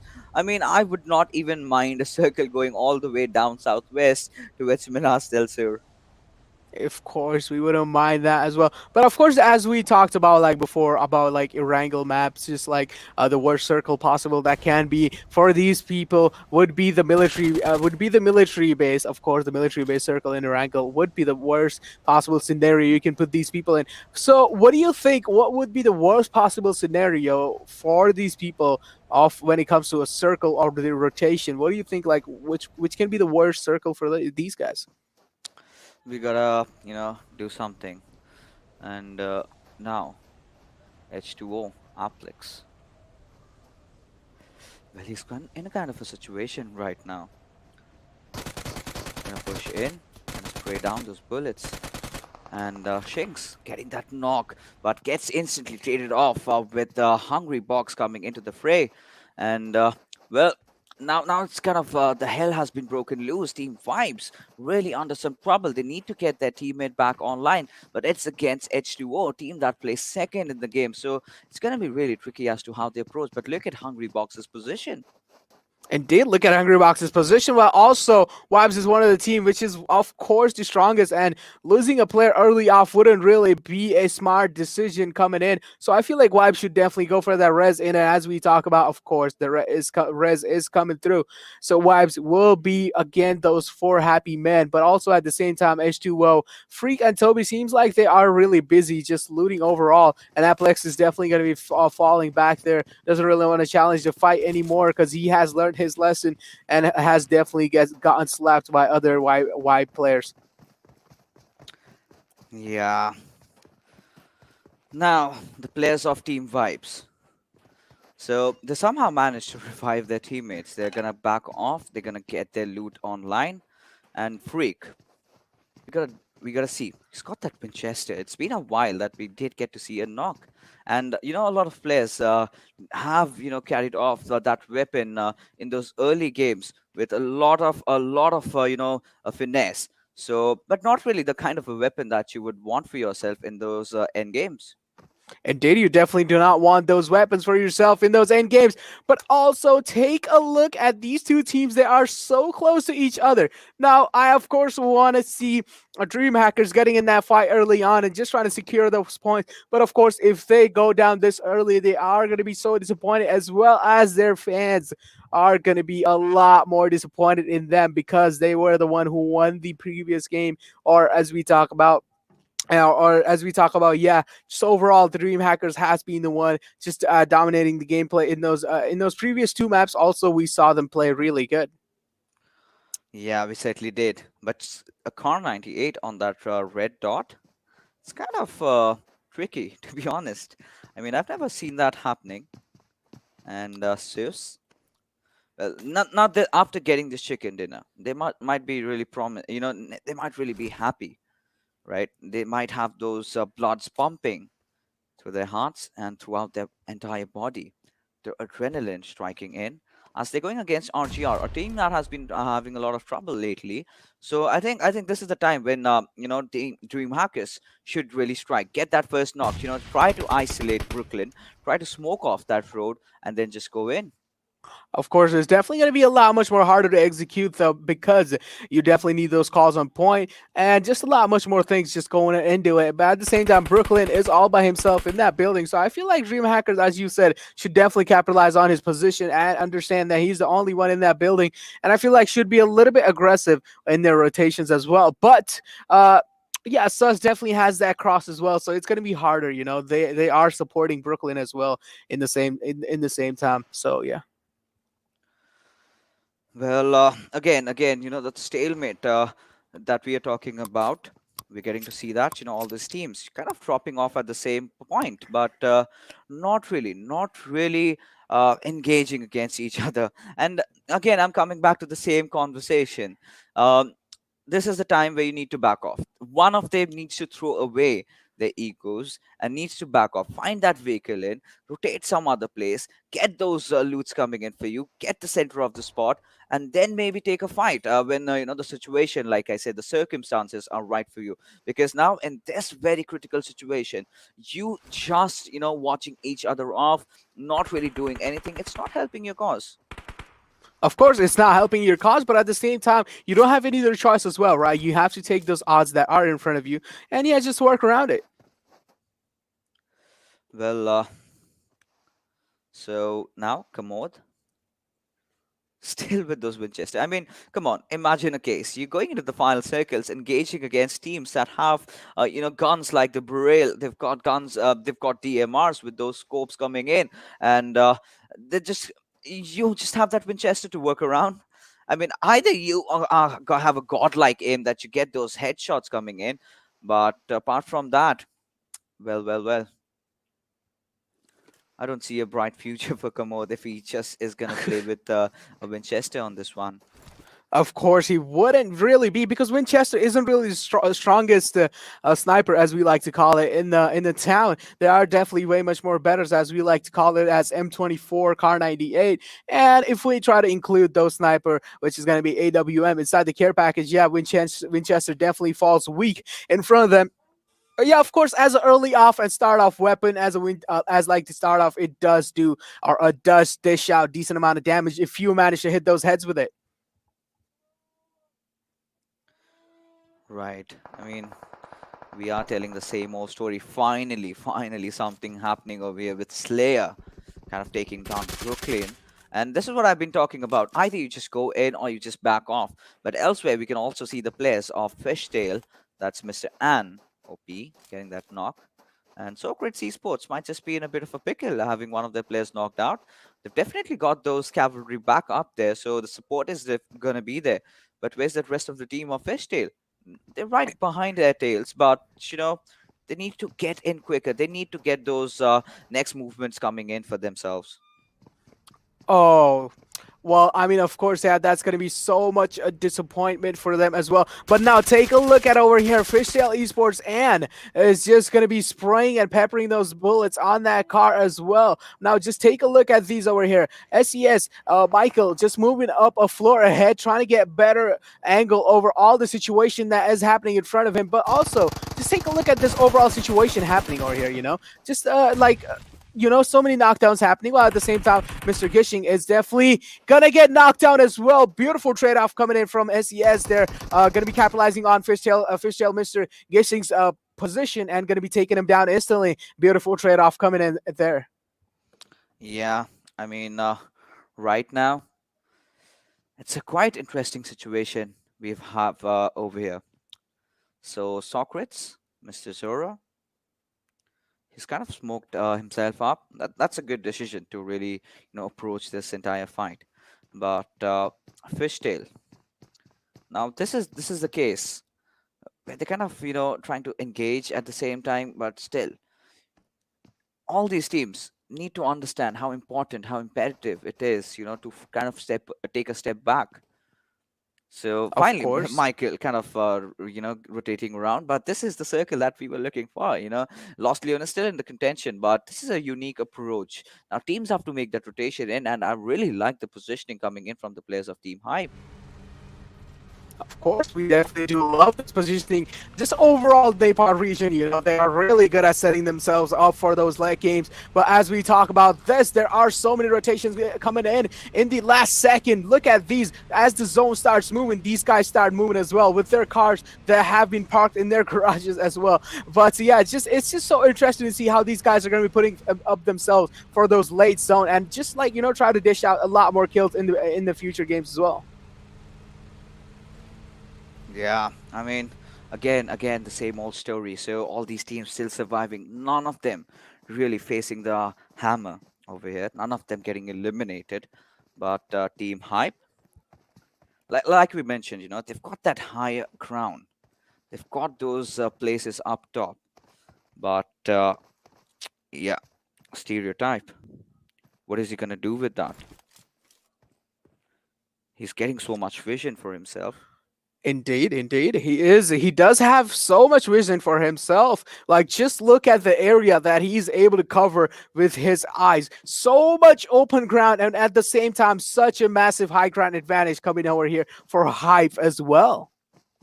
Yeah, I mean now they're getting a lot of information. That's the one good thing, and it's fine. It's fine. You're not getting the kills. It's all right because in those final circles, if you have the blessings of the circle, if you're in the right position, you're gonna get a lot. And Kasi having popped out. There's a team fan, just peppering down a few bullets onto its genius. Not really connecting though, but enough to just push him back into the cover and kind of trying to restrict him. So once the circle kind of goes off from Team Fang, the moment they try to rotate around, that's where Team Quinn might just get that extra edge over them. They've got that high ground. They've kind of got all their eyes pinned onto it. And the moment they come out of the zone, that's when things might just get interesting. Of course, that's when things might just get interesting as well. Now, just take a look at Fang over here. They have set themselves up really good for those late positioning as well. But one thing we definitely need to watch out is Fang going to be successfully able to defend all that compound they have been securing for themselves? It's definitely going to be a lot much more interesting to see how they're going to be playing around their compound. But now look at Quinn. I feel like they have one of the best compounds ever they can ever ask for. They have the high ground. They have the best cover possible. They have those ridges as well to hide behind. What else Quinn is lagging? Tell me, Fixes. I mean, things are starting to heat up, to be honest. But right now, Quinn, hmm, kind of an interesting situation. But the second airdrop coming right in front of the players of Team Vibe. Now, if I know them, they are gonna go for that. It's still the second circle. You would want to just go and check it out. Now, if you've got some good scopes along with you, then that's really gonna help you out. But look at Ace. So she's got that mini 14 with him. What an interesting 8 times. Imagine gets replaced with an arm. And he's good at his headshots, so we're looking for some heavy damage being dealt out. Now, the Gukali Titans are again playing with as a three-man squad. Divine taking some punch from another team over there, not really having the best of HP. But Noob, he's got the players of Fishtails right in front of him. He needs to provide that essential cover fire for his teammates to get inside the circle. But Fishtail really trying to, kind of stop the push coming in from Hype when they're trying to get inside the zone. So it's going to be a really tricky fight as to see who comes out on top in this skirmish. Of course, it's going to be a really tricky situation as well. But now look at High Floor here. They do have the info on Fishtail, but Fishtail definitely has the high ground advantage in this fight. If Noob decides to challenge this fight, he's definitely going to be having a harder time contesting. Oh my god, what did he just do? I feel like by giving his position away to Fishtail, he definitely has awoken the beast. Yeah, and now Kazi, oh my goodness, just blown up, of course, getting off his vehicle, but it is what it is. Someone just did blow it up, and of course, he had to deal with the aftermath. Now, Team Hype, they're gonna make that move, but how are they gonna do that? They have to use those ridges, try to take the eastern route, but nope. I do not understand what was he even thinking just to walk into that infernal crowns that we had. But Divine getting a few kills here and there, knocks on towards the players of RGR. But Fishtail, of course, retaliating very well in this situation. Now Divine, he's just spraying down those bullets onto its Abhishek. Now M16 is being deployed. Some Of course, beautiful taps, yeah. Indeed, I mean, we have been seeing M16 just absolutely beat people from long range as well, and now Divide is going to be confirming his kill on Komoot. He's definitely going to be a lot much more disappointed while we take a look at Abhishek just proning down on the ground, doesn't really have anything to do, going to be running inside cover. That was actually so funny to watch him run inside cover, He was like, oh, I know that there is cover right in front of me. If I somehow manage to get it behind it, this might be safe. And now Abhishek has successfully gotten off Divine's view. Now Divine is absolutely trying to scout out any kind of situation around him that is barely inside the zone as well. So now he can just chill out, relax, and try to just get those easy kills and just try to rack up those kills overall. Yeah, he is, of course, going to try to do that. But taking a look at the players of Team Hype, now Trigger. Team Hype is in a whole world of trouble right now. I believe this are the players of too much hype. Now, the hype that they've created around, you would rather expect them to make it inside the circle and do something about it. But RGR, And Abhishek is kind of alone, so he does not have a lot of things to work out with. But look at how the circle has transitioned towards the Chumasera area. Now, Team Vibes, this is certainly kind of their game to lose. I mean, they've got to win this one, got to get this momentum going in for their favor. And they've been one of those teams from their groups that has always been on top. Of course, they have been one of the teams from their group to get on top. But now look at this rotation coming in from Hype. They are doing a pretty ballsy decision to actually get inside the zone. And at the same time, just look at the way these guys are making their rotation right on top of the hill. Just look at it. Yeah, right now, the players of Team Satan, they've taken the higher ground. Now, Dreamhackers might just dish out some heavy damage if they want to. They've got that option. Abhishek taking down Yuri in the process, and a lot of kills have started coming in. But look at it, 16 minutes pass. None of the, not even a single squad has been eliminated over here. Indeed, not even a single squad has been eliminated. But now take a look at IGI Viper. He is in a really questionable spot, also much more far away. But at the same time, Harami Kun seems like he is taking a much more damage from Cops, which is going to be contesting the hill right exactly in the opposite side. Kun going to be just proning down, trying to use that medkit, while at the same time, seems like TGT is going to be trying to wrap around them as well. Yeah, he's certainly gonna do that. Now, Delta, he's in a pretty precarious situation over here. He kind of might get surrounded by finally RGR's Abhishek really falling down, and of course with that RGR eliminated the first team going out from over here. Viper, he's been taken out. He's just waiting to meet his makers, but Delta, he is one of those promising players that we can always rely on. Now this is a very interesting find as the skirmish is just about to happen. I am really tense about the fact that the circle has started to close in. Now, if the teams are kind of 300 meters away from the play zone, now if they do not get there in time, then I think it's going to spell disaster. And Cops has actually done a pretty decent job at retreating.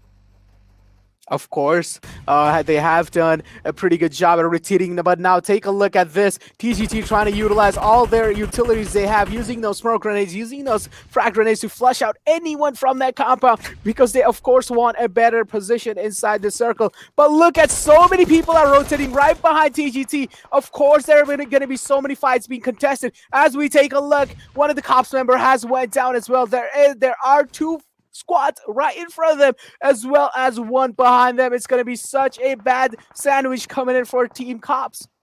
Yeah, it's kind of a very tricky situation right now. But, well, Team Hype is already pushed onto its FANG, and you've got 3 squads in contention over here.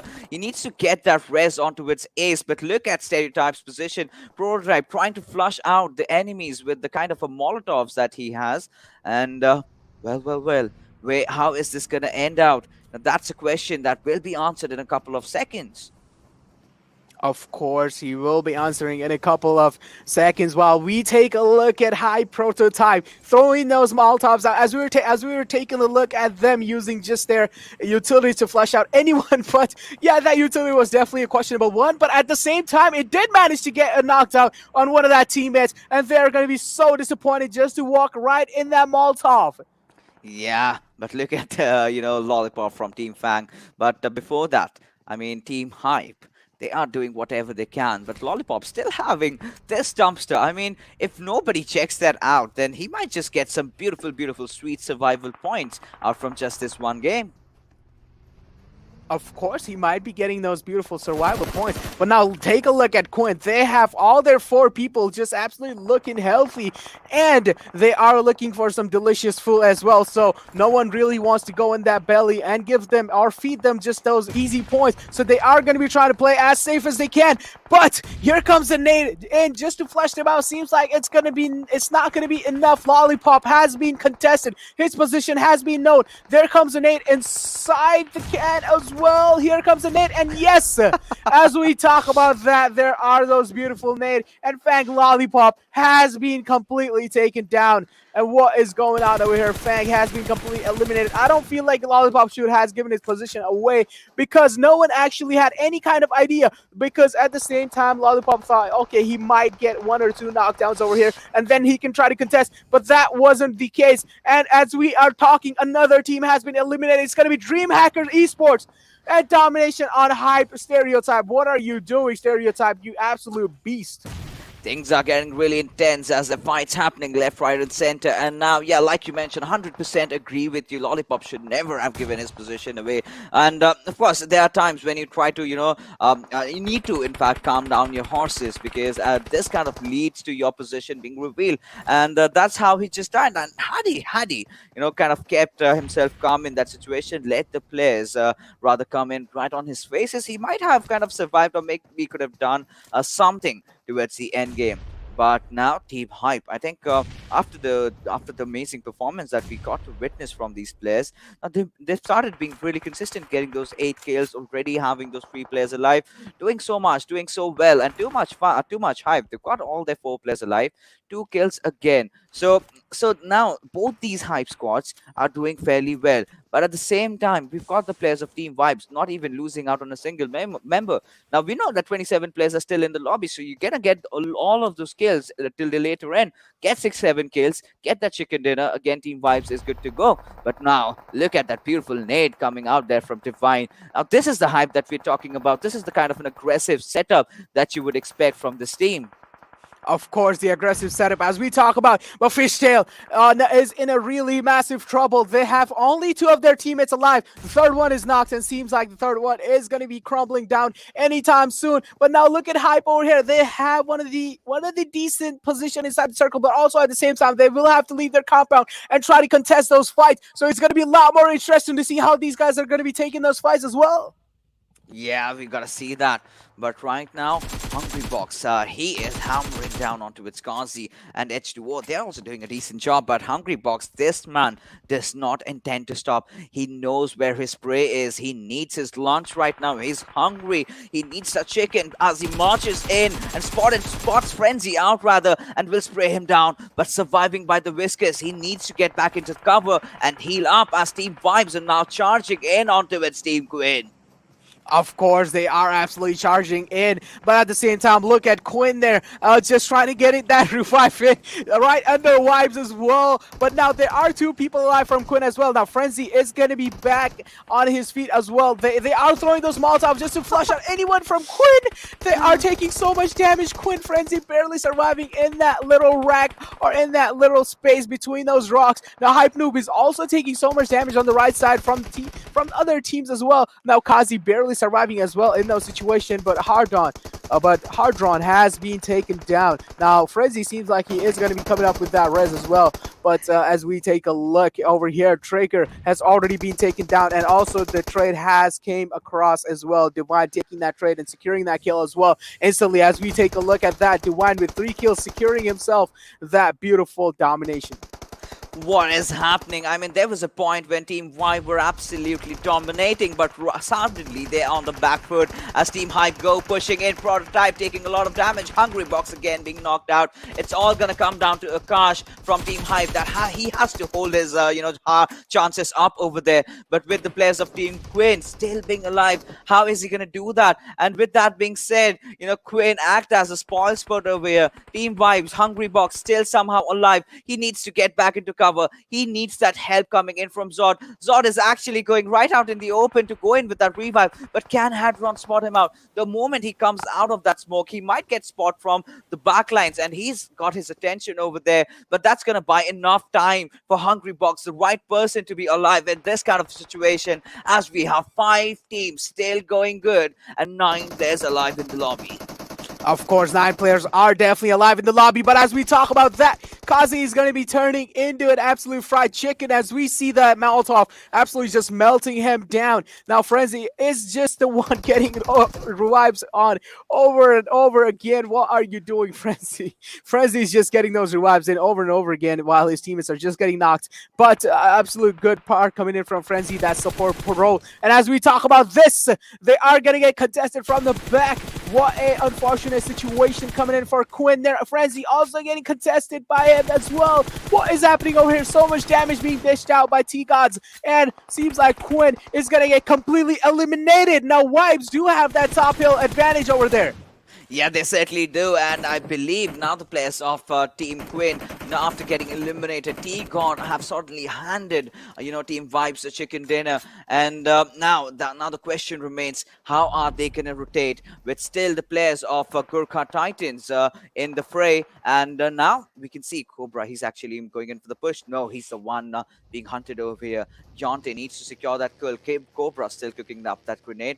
Will lob that. That's a pre-nade from his side. But he's too much in the open now. He spots down Hungry Box, hammering down those bullets. But Hungry Box proning in the right nick of time as we have three teams, everyone battling for that glorious chicken dinner. As Cobra, this time, he wants to go after Gyante. Gyante somehow playing along the side of the walls. But look at Zod. He does not intend on stopping. But Gyante trying to provide that essential cover fire. But this one nade from Cobra might change everything as Gyante kind of moves away from that particular position. And now he's getting that beautiful knock. What a play coming in from Gyante, already getting 6 kills. Now it's a 1v2 situation. Can Team Vibes clutch it out, or is it going to be Gyante going to walk glorious with that victorious chicken dinner?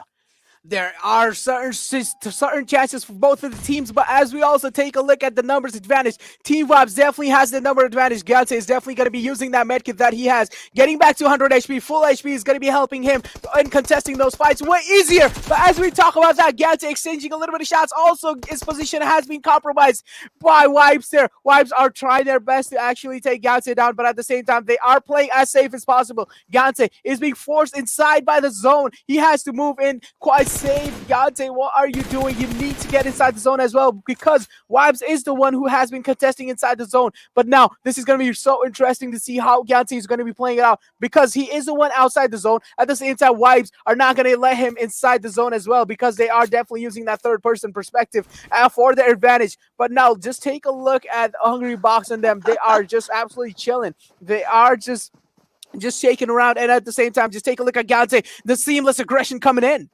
Yeah, I mean, let's take a look at Hungry Box. He knows that. He feels this game is in the bag for him. But what do you do if you're Gyante? You need to hit those shots absolutely right. And we just have to see whether or not the players of Team Vibes are going to push in tandem onto its Gyante right now. But whatever he's done so far is impeccable. He's throwing a few things away. The pan's coming out, but nothing really connecting. But yeah, you got to pull out those kind of shenanigans. As this is a cat and mouse battle. And who comes out on top? God. Only time is gonna tell as Hungry Box retaliates, and I so wish it really connected, but well, it was miles apart as the zone starts closing in. And now Gyante, let's see what is this guy up to. He's got those 2 first hits, but that's not gonna be enough as the circle kind of finishes him off. And with that being said, Team Vibes finally relentless performance and getting that sweet chicken, of course, with 8 kills. I told you, this is their game to lose right from the start. When they have the circle forming around the Chimasera region, they had the control over it, and finally justifying everything, playing their cards right. But we have to give huge props to Hungry Box and Zod with the kind of a gameplay that they put over there. Zod, especially when everyone was down, he came in the situation to go and get that res on, and after that it has been Team Vibe all along. Of course, it has been Team Vibe all along, but we definitely saw them absolutely chilling in the late circle, and that Panther was definitely such a unique thing to witness. But also, the way they played out the last situation was definitely fantastic.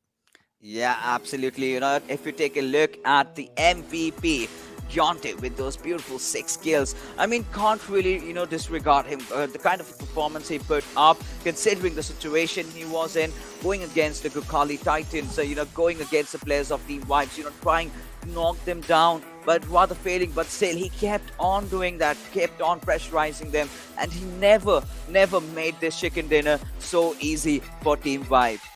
Exactly. It has never been easier. But at the same time, he did realize that he was complete doom. Even if he moved outside the zone, he is going to be in such a massive trouble when those 2 people are just going to be peeking out at the same time. It's definitely going to be harder for him to contest either one.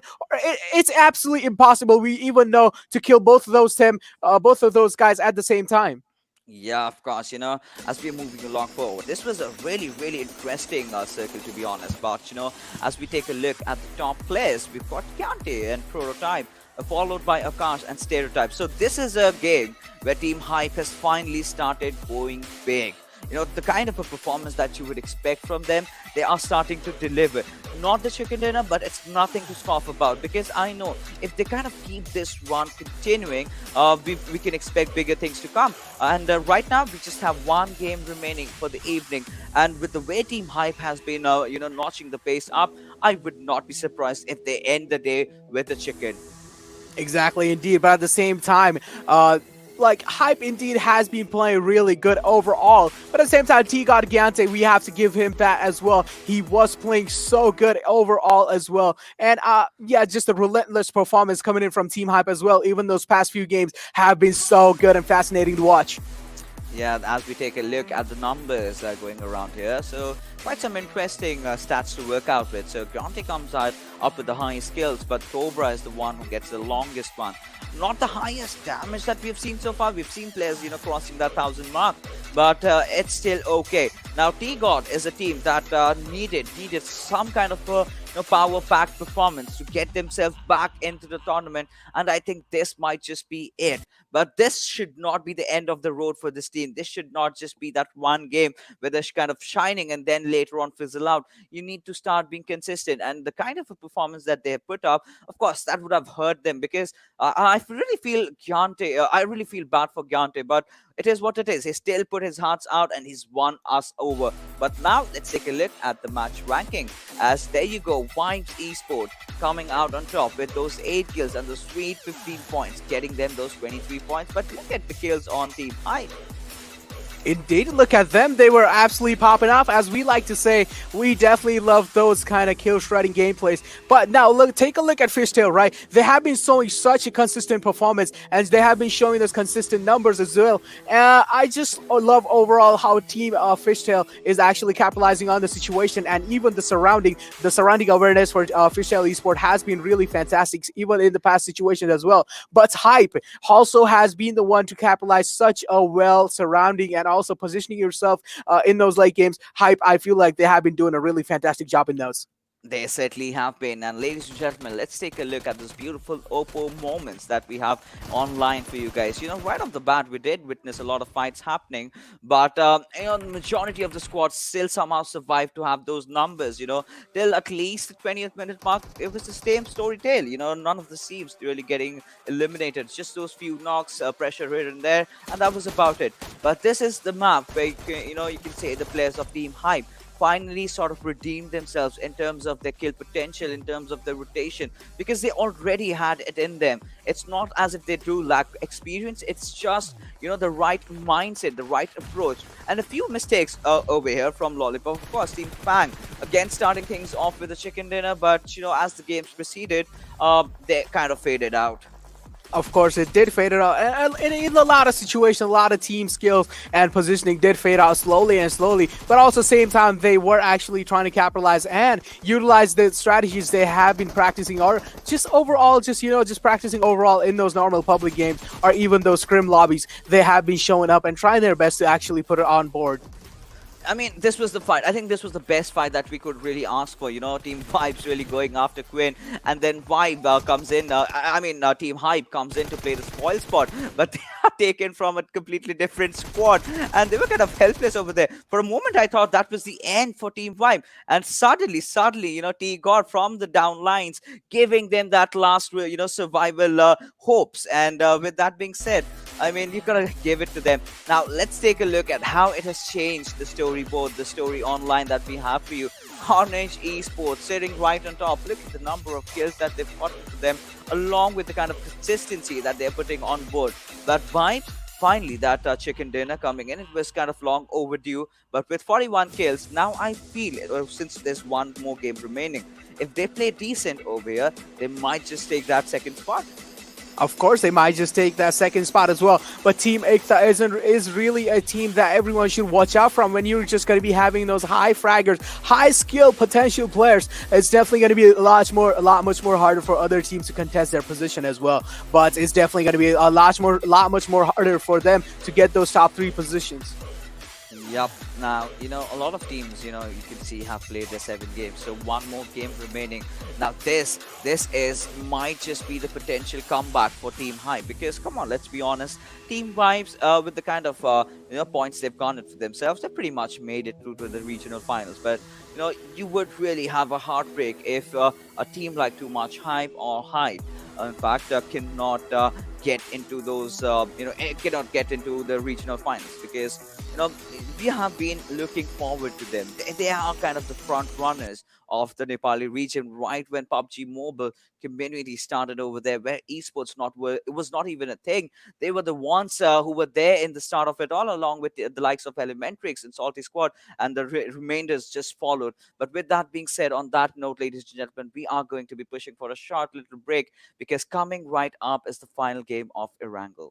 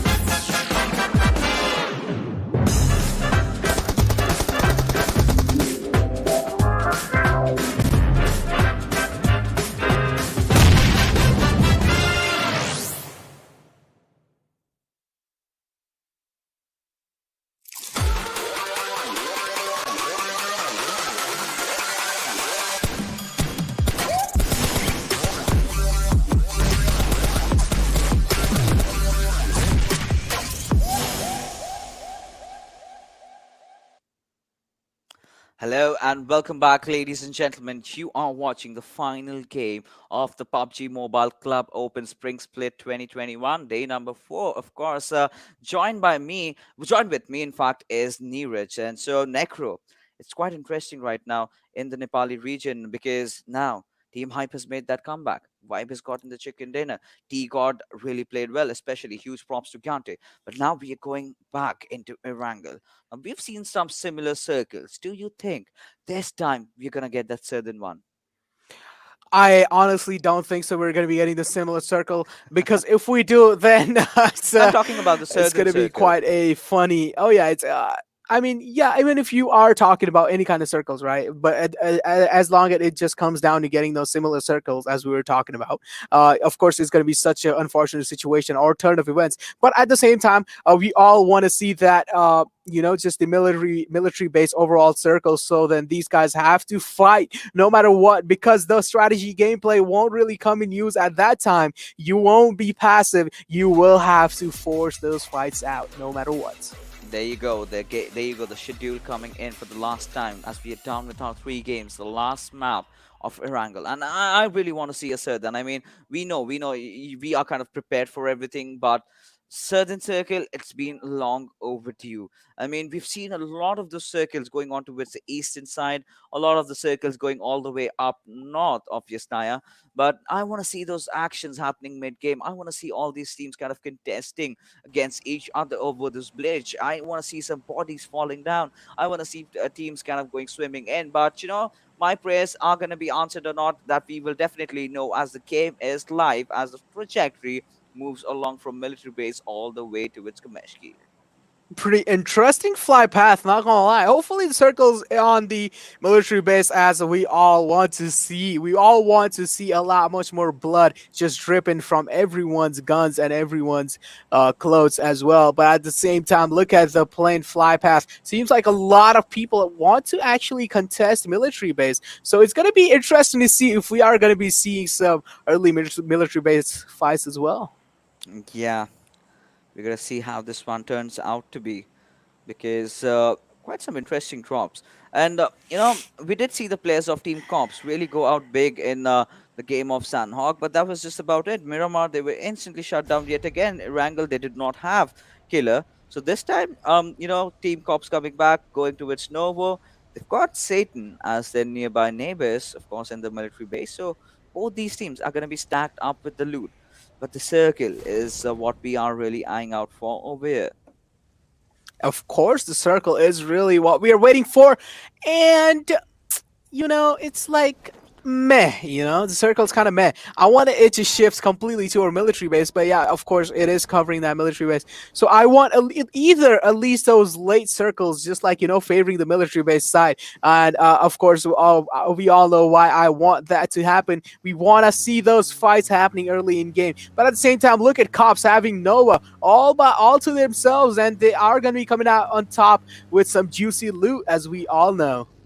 Yeah, I mean, lately, kind of, no, we've seen Nova If Noi and likes of Georgia containers has been nerfed kind of for quite some while. That was the only reason that a lot of teams did not go there. Previously, in those initial patches, they were broken. So, if you could remember, there was a time that where you used to get a lot of loot going on in school. Now you just go in, you finding those SMGs, those shotguns coming in for you. But likewise, I mean, taking a look at the circle, I'm pretty much fine with it. I mean, anything apart from the Eastern Circle that we've been getting so many times is good. So now this is gonna keep this teams thinking right now. It's gonna be racking up their gray cells. What are they gonna do?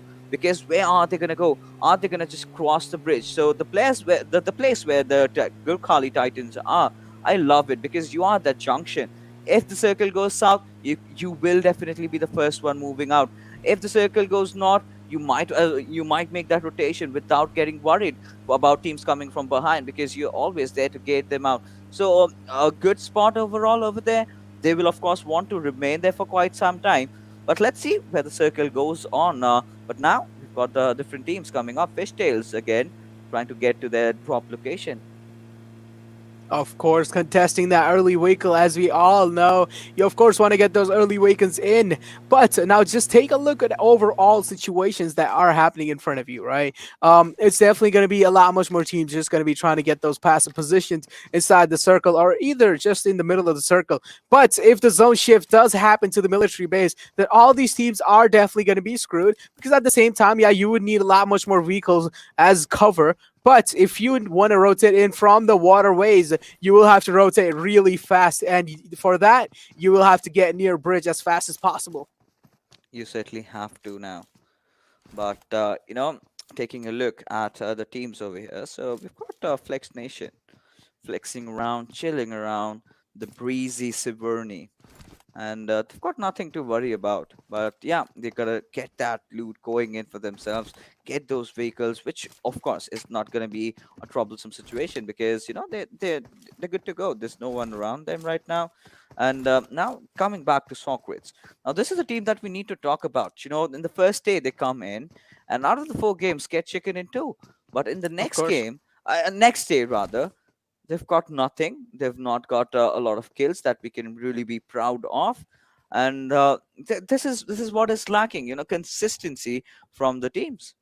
Of course, the consistency of the teams is lacking. Well, let me tell you, let me point you out right here, okay, Fixes. Because the consistency is lacking, it's because everyone is just trying to go for those end circles. And when it's in those end circle, of course, the map area is small, the zone moves in as well. And at the same time, just everything kicks in. So it's actually really hard for you to keep those consistency in when you are just getting shot and pounded by so many teams. And at the same time, you will have to watch around yourself. So it's just going to be overall a really, really, really tough time in surviving those late zones. Yeah, you gotta survive that. But we're still gonna wait to see some fight happen around because we are kind of privy to this kind of a thing happening, right? The first game of Erangel, we see a few teams, knocking heads with each other. But when it comes to the last game, they know that this team is gonna come here. It's better to just avoid, go to a different drop location, get your loot done, and then maybe move into the final circle. And yeah, the same storyline continues. If the situations are right, then fight, or else just back off. Of course, if the situations are right, then fight. I like the way you keep those phrases out there. Of course, basically love you for that, brother. But at the same time, just take a look at all these teams fighting. Seems like Vibes is going to be having none of that. They won this compound no matter what. They're going to be utility. They're going to utilizing their utilities soon. While TGT, they're just going to be having two of their teammates. While Vibes showing seamless aggression inside. Cobra OP going to be the last one or the last man to survive over here inside this compound. Now just take a look at Hungry Box and Zod. Well, just take a look at these men. Cobra OP gonna be pulling out those utilities, but doesn't really seem like what is in the mood to actually use them. Wipes has all four of their people inside the compound. Hungry Box definitely down to a lot much more lower HP. Gonna be trying to heal himself as fast as he can, using those bandages, using those first aids in. Yeah, of course. Now this is where Gukali Titans are in a whole world of trouble because this is team vibes. They've got that chicken. They're feeling confident about themselves. They know that they're gonna qualify, so they're gonna get aggressive. And once they do, I know these players. The likes of Hungry Box and Zod. They do not mean to stop. And Cobra, he might just be making a mistake of his life as he looks to retreat. And there you go, Shanks punishing him for that kind of a foolish, retreat over there. But now, well, we've got another pledge. Choco, what does he do? Because Malik, Exactly. But yeah, look he's at just Vibes. Look at Vibes. They're being so aggressive this time because I feel like they have realized that this is the last match and this is where they need to show some seamless aggression. But now look at this. This is going to be TGT completely eliminated off the game. Such an early elimination coming in.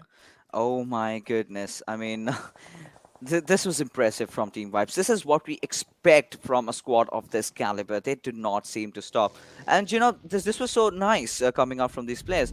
They knew they were they knew that they might just have one of their players knocked out, but they made sure that the timings by which they pushed, they were on sync. So making that push in tandem, one player goes down, the other player gets the final kill, and RGR not really having the day that they would have really wanted for themselves, but they've got their eyes onto its Malik.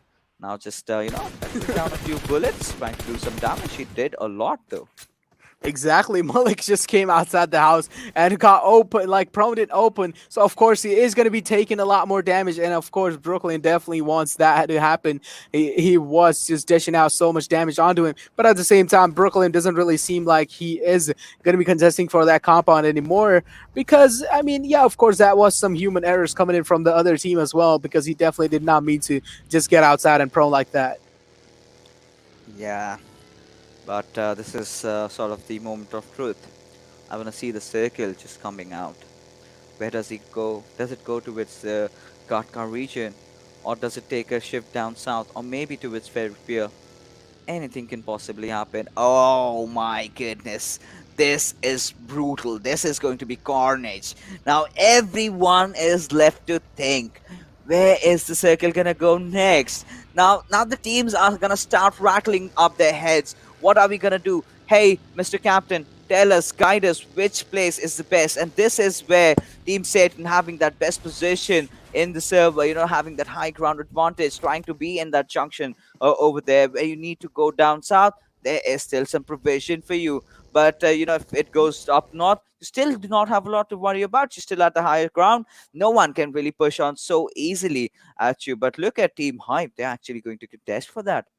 Exactly. Look at the map. There are so many vehicles on board. It's definitely going to be so harder to actually just point out a particular vehicle because everybody, each and every single team on the map is making those crucial rotations. And while at the same time, the teams that have been on the outer skirts of the map, they are definitely going to be having a lot much more harder to contest those middle part. But of course, they are going to be getting those edge compounds in their control as well. But now look at this airdrop over here. Has AUG inside it. No one really seems like cares about the AUG. I mean, no one ever did. I mean, it's been ages since I last saw a player picking up the HG. I mean, in situations where it's the final circle and you do not have enough ammo or you need a better gun, I think that's the only time that I've seen players really going in for that AUG. Might as well just get it out of the special airdrop. We've seen in the PC version M249 becoming a standard drop along with M24 before, and now we've seen DBS also, which was this kind of a special airdrop. Now that has also been a standard drop now, so a lot of changes being made. But I really want to see the SMGs really coming out on top, and the developers are really doing a good job at that. They're kind of trying to buff up the weapons. We've seen in the past that Uzi getting those red dots, those holographic sights, and of course Tommy gun. A lot of teams are kind of not understanding how important that weapon is in those close range, in those file circles. Having those suppressors give you so much of an advantage. And whoa, Abhishek with that nade, can he get the knock? Just getting a few damage, but nothing more. Of course, as you were talking about the SMGs have their purpose served, which is going to be in close ranges only. And I feel like, yeah, SMGs right now where they are at are basically the best possible stage or situation they can be in. There should not be done any more tweakings. While as we take a look at KWIN having one of the best positions inside the circles as well, just look at them just absolutely chilling inside the circle, having that hilltop as well as getting that cover from the trees. So yeah, KWIN is overall in a really good situation. Also, KWIN sent their teammates, two of their teammates, to actually contest the compound right in front of them, and seem like they are actually going to be moving inside it.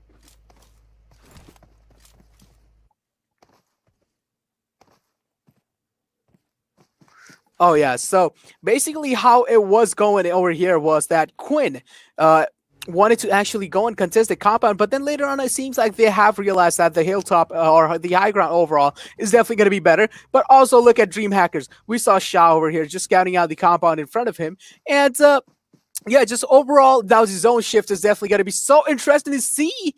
And yeah, the zone shift is going to be on the other side of the pool. But imagine what if the zone was on the bridge. It would have been such a chaos and such a cluster because most of the fight would have been happening either underwater or either like just just on the edges or on the bases over there. But at the same time, just look at Dream Hackers want to be making those critical just decisions and just those critical overall placement, just trying to get a better placement inside the circle, but barely surviving that vehicle blast there.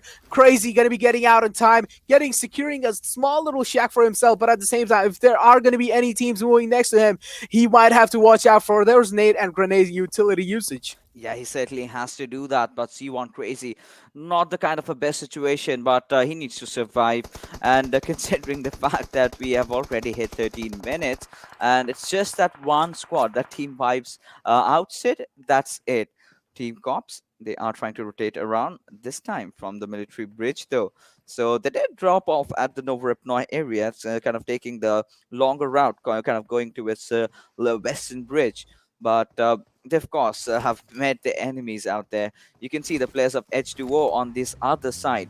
So with the circle finally taking a shift up north, now it's going to be so troublesome for Killer to actually make that move in, but he is making the bold move. Now he is trying to go in, and H2O not really bothering a lot, not really doing any damage. So yeah, there's a reason behind that, because they also have to get inside the circle somehow. If they Yeah. start to dish out some damage, and the moment the players of Cops reach inside the circle and get into safety, that's where they're gonna turn their backs on towards the players of H2O. Something that H2O cannot afford at this moment. But Killer Whitey, he does not care. He goes after Aplex, takes a knock, instantly wipes him.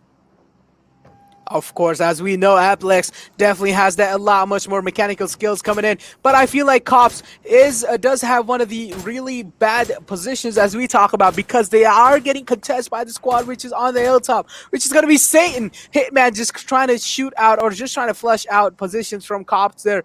Cops Wrath, but it doesn't really seem like isn't going to be a lot much more successful or finding success in that situation like that. But Cops definitely has those cars in for themselves. Even if they decide to make those rotations from the car, they are going to get mowed down from so many guns all across, and the crossfire from Satan is absolutely ruthless. Yeah, it certainly is. Now we've got Lurie from Satan, and I kind of like their positioning. They've created a perfect cover fire. The only trouble that might occur if someone kind of isolates Lurie and takes him down, that's where you need the backup coming in from Phoenix. But Bipol, having been spotted out, Flex Nation, just that one good game, but after that they've not been really feeling it. The players of Team Hype. Well, this is too much hype to be honest. And Noob getting that beautiful DP28 connected. He will get the revive on though. But look at the shift. Does he have enough time to make it inside the circle? Does he have enough time to deal with hype?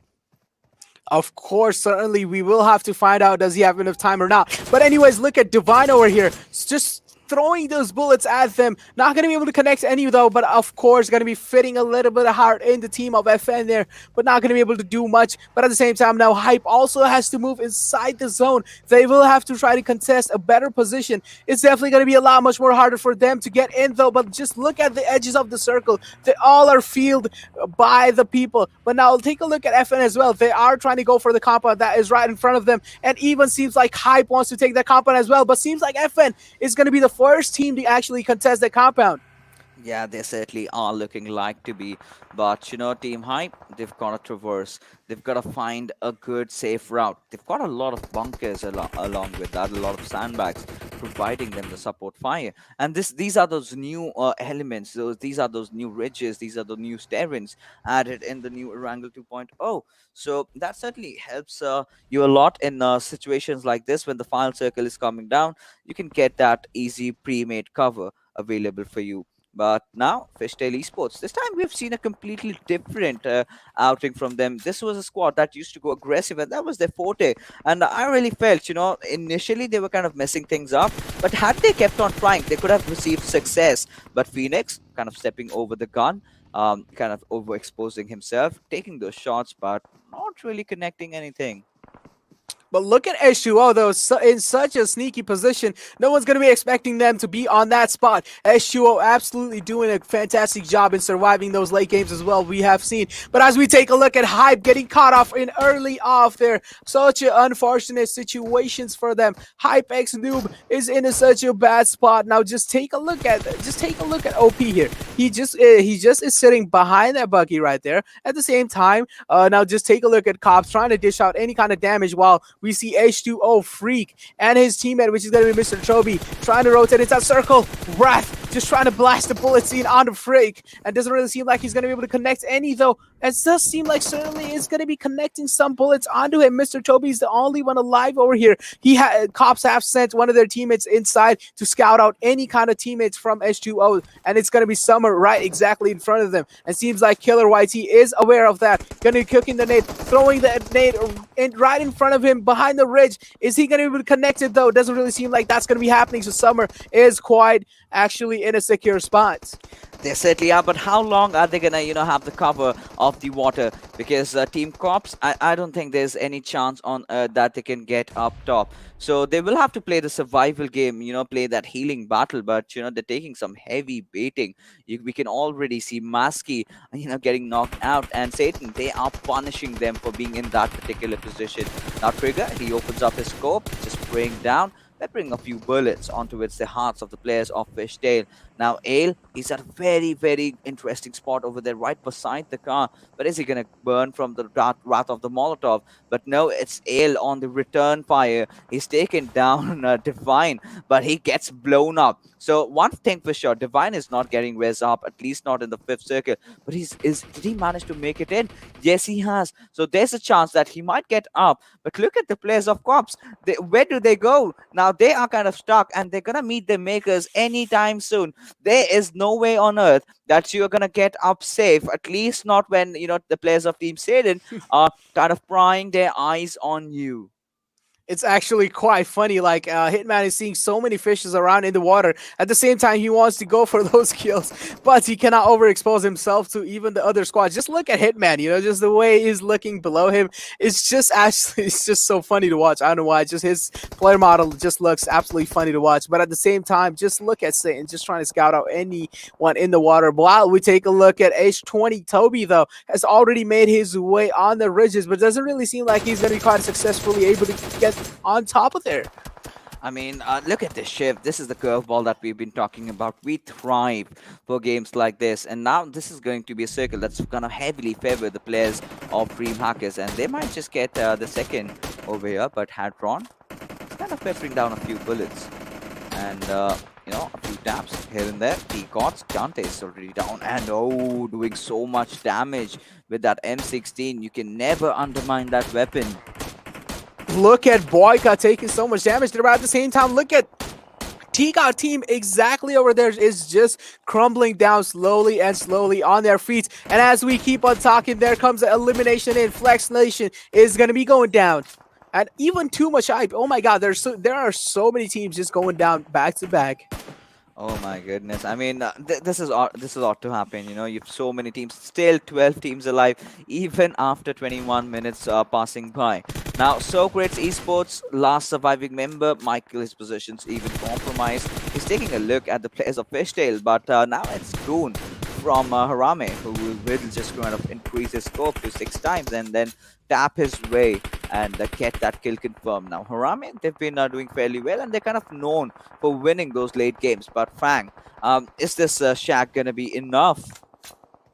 It's definitely going to be a question that I wonder too as well. But at the same time, just look at TGOD getting contested from both of the sides, even from their left, even from their right. They are in such a massive disadvantaged spot over there right there. But look at just Harame chilling between their car. But at the same time, if even one of those cars blows up, the whole team is going to be in a massive disadvantaged spot as well. Now, Harame definitely needs to contest that Shack, but it's going to be a lot much more harder if they decide to show their back on such a massive playing field. Yeah, look at the circle making an even shift. Everyone needs to get in. Now this is the test where Team Vibes, will be tested to their true potential. They're outside the circle. They've got they've got Tesla, who's looking around. Now, if they make that push, they might just get third-partied by KWIN. So a lot of decisions that they need to take, and they need to do that fast. As Mr. Zoro gets caught off guard by the players of RGR, and that's Amod getting that knock with his DP. But the players of Socrates, Mr. Michael, the last surviving player, how long does he do though? Because he needs to get inside the circle, and well, finally, fire meeting his makers, Lollipop in this case. Of course, as we are talking about, Socrates Esports has been eliminated too, and H20 Esports has been eliminated too. Some of the big names are getting eliminated so early off in such an unfortunate turn of situations or events, as we like to call it. Now, it's going to be so unfortunate for all the teams inside the circle here. Now, just look at FANGs also, right? And I feel like Fishtail Esports Tesla is also just stuck inside. What just happened? He just got knocked out by an absolute well-placed nade. Yeah, that he did. That he certainly did. Now, Lollipop, he's just barely surviving with that first hit. How long is he going to do that? He's got a couple, though. But TGOD, there you go. They've been eliminated. Now, Team Vibes.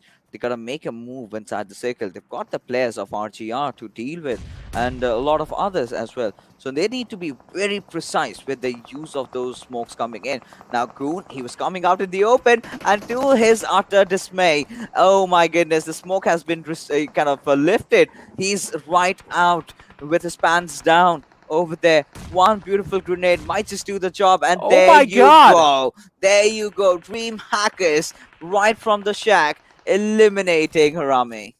Exactly. It's such a hard task to do for you to just like absolutely dominate the field just from a small shack, and Dream Hackers is actually living the dream right now. They are doing so great. And as we talk about big name getting eliminated from this tournament here, it's going to be Harame. This game is not for them this time. Even FANG also getting eliminated early off in the late circles. But now KWIN does have all their teammates alive at the same time. They have one of the best positions inside the circle. They have the high ground contested as well. Now it's definitely going to be easy for KWIN, but at the same time it's going to be harder for them to exactly keep their high ground intact, because they are definitely going to be the center of attention here. Yeah, they certainly are going to be there. But now KWIN, this is a squad that has finally found themselves back into the top 5. But Oh my Zod god. spotting out Brooklyn, that was some precise laser spray coming out. And what do you expect? You've got that M4, you've got that 3 times, you're prone in. You do not need anything else. And Shinx, with that being said, taking a dig at towards Dawn Die. And it's going to be really tough to get that res on back on towards him. But I really felt that, if Team Vibe could commit for that fight, that could be really nice. And yes, they are actually doing that. But look at Team Vibes. Again, they have the blessings of the circle. They are within it. And all they need to do is play all their cards right. Because if everything turns out in their favor, nobody can take this chicken dinner out from them. Of course, no one can take this chicken dinner from them, but also take a look at Team Vibes. They are also looking good. Now, look over here. Team Vibes winning this whole game is actually a really massive chance coming in, because they also have the really crucial cover over here, which is going to be the Shack. And what just happened? KWIN Esports has been eliminated, one of the teams that had one of the best compounds as for their cover. But now just look at this. There are only 6 people alive. It's a 2-on-4 situation. What are they going to be doing here? They are in such a massive disadvantage, while 70th Satan was also eliminated a while ago. I mean, now this is where Team Vibes are going to take their own sweet time. This is what I was talking about, having control over in the final circle. They've got their players alive. They've got the numbers going in their favor. All they have to do is just wait for the smokes to dissipate. And once they disappear, so that's where the grenades are going to come in. But otherwise, you can just be Team Vibe. So throw your grenades, throw your molotovs in the smoke. Look at that 2-2 split that we get to see from them. But Shah still responding in fashion, taking down Zod, punishing him for that ruthless aggression that he was trying to go in for.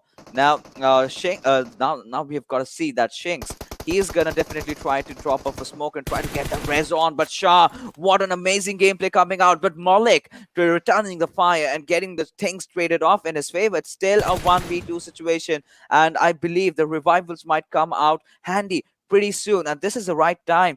But they've also got 40 seconds to work things out. But Malik getting knocked out of Sus, this completely changes everything. Exactly. This is definitely going to be a turn of event. But also take a look at Asus's just overall inventory. He has 10 energy drinks, 10 first aids, and 13 bandages. Is this man ever going to run out of meds? But as we take a look at over here, situation over here, seems like Sus is going to be going for the res onto Shah, and Shinx is definitely going to be spotting him going for the res as well. Now Shinx doesn't really want to give his position away, or wants to get contested as well. Now Vibes is going to be getting both of their teammates alive. There comes a little bit of utility usage onto Shinx. Not really going to be able to connect any of them though. Just going to be doing a little bit of damage. It's just going to be only 20 damage coming in.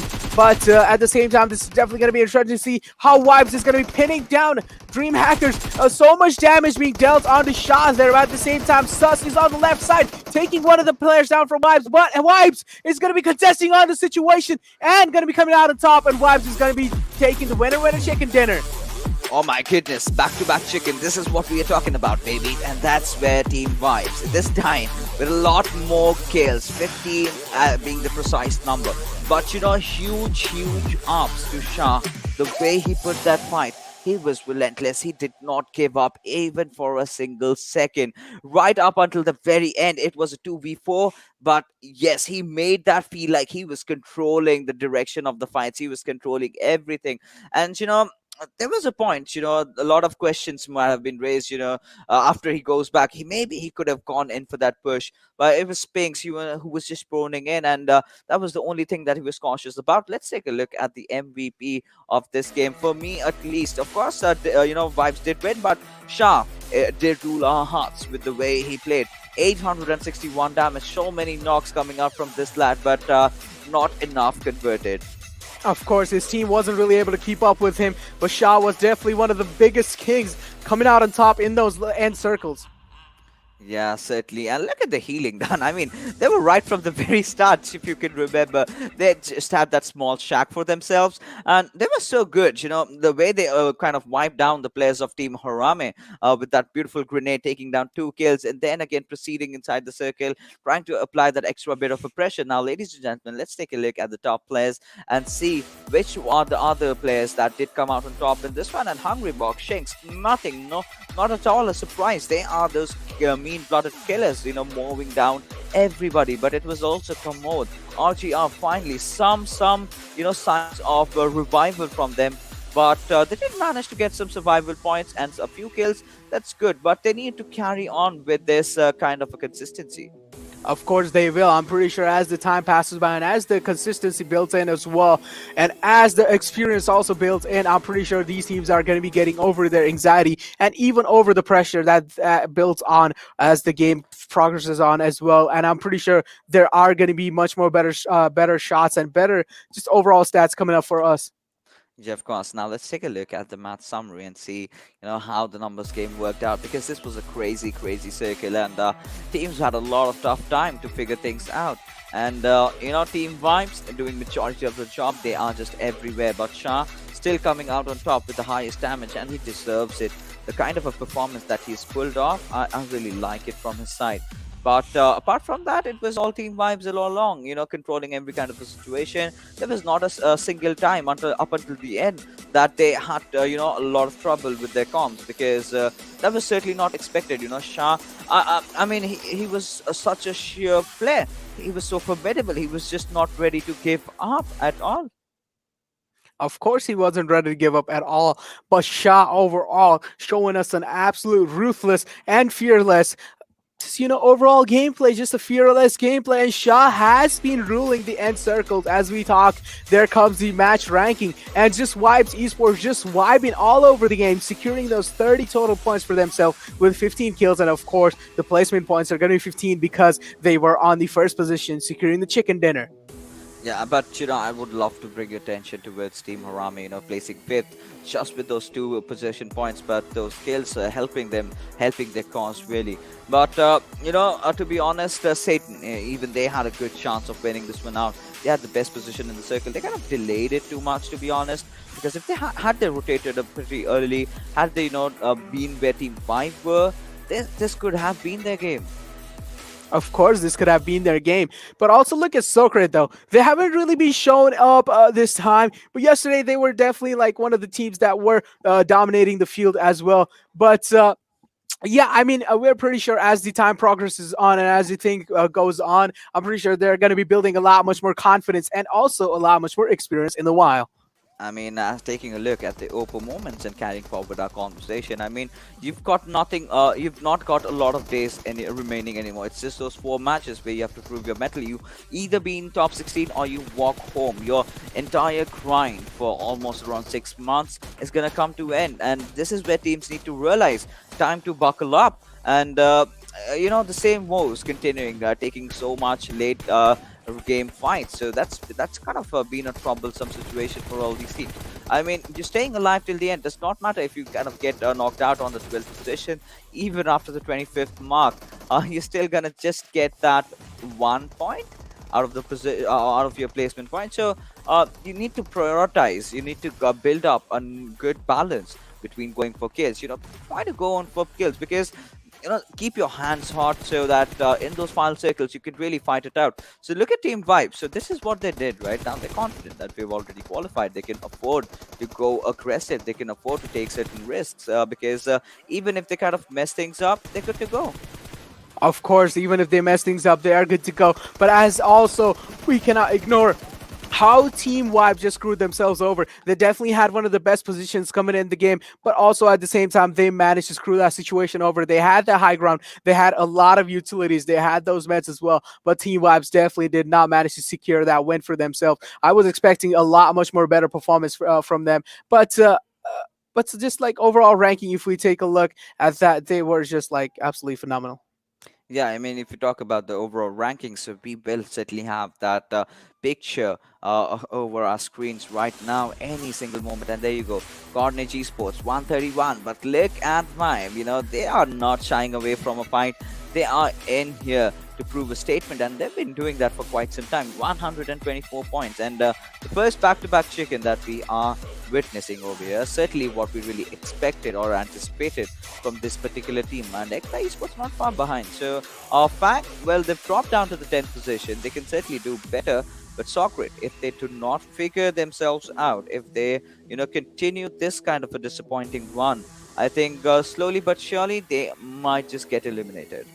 Of course, they might just get eliminated, but as we saw how Team Vibes played that out really well, the ruthless aggression was definitely surprising them. But yeah, sometimes in there they definitely made a lot more mistakes. They could have played out better, and they could have stopped their players just going down over and over again. But also at the same time, Nepal Region is a place where there are so many fights happening in those end circles, so Team Vibes definitely had to watch out from them. But I'm pretty sure as the time goes on and as the players and as the placements goes on, I'm pretty sure Team Vibes is going to be climbing up and up on top, and definitely those top positions are waiting for them. Yeah, it is certainly waiting for them. But, now teams like Too Much Hype, teams like Hype really need to pick themselves up. You've just got a handful number of matches remaining. And if you do not do something over there, your journey is over. You have to wait for the next PMCOs to come. Of course, there will be different tournaments, and announcements will be, of course, made in the foreseeable future. But now we're talking about PMCO, because this is where it all begins. You could do well over here, you go to the regional finals, then the PMPL, and of course the World League, and then you never know, you might get a slot in the GC. And we've seen teams like Brob Slayers, TRS, and of course our lovely A1 Esports also really coming out on top in the GC. So they did it so good, and now it's a chance, it's a platform that they can do well, so they can prove their mettle. But let's take a look at the kill leaders and see which are the players that are still ruling the kill charts. Of course, it's going to be Cop Killer YT with those big numbers coming in. A big boy game for him, definitely in those past previous days. We saw him just absolutely dominate the field, getting those 13 kills all by himself, and that's definitely going to be putting him on the top there with those 23 kills, while we also cannot ignore Delta and Snipe and even Nesh from Ikta. These guys have been playing so good and even showing that ruthless aggression in getting those kills. And of course, we cannot ignore their teammates also setting them up for these kind of success. Of course, hats off to them as well. Yeah, I mean, hats off, to be honest, with the way they've been performing. But Team Cops, not really the kind of a day that you would expect from them. The only good map they played well was in Sanhok. So apart from that, not really nothing much happening, right? So I think as the final day is still looming over their head, they're still having that cushion, but they need to wake up, because other teams will also be going against each other. Again, those different groups facing off each other. The last battle showdown before we have the regional finals online. So that's the thing. So Killer, of course, missing out on the first game. I do not know why. There must be some reason, however, but you would want that player to be playing every single game, and not just him. You need the other players to also step up and get online. Try to grind their way inside the top five. That's where you want to be. That's where you kind of make that statement going in to the regional finals. Of course, you do make those bold statements, and the way as you are progressing up and high, and as you are, of course, the confidence is also building in, and of course, the relaxation is also kicking in. But this is when you are not really supposed to relax. This is when you're supposed to grind as much as possible and try to minimize your mistakes. You're supposed to do that, yes. But ladies and gentlemen, finally, we are done now with all our matches for the evening. We will be taking your leave, and we will be back again tomorrow, same time. So please don't forget to tune in. And with that, bye bye. See you. Love you all.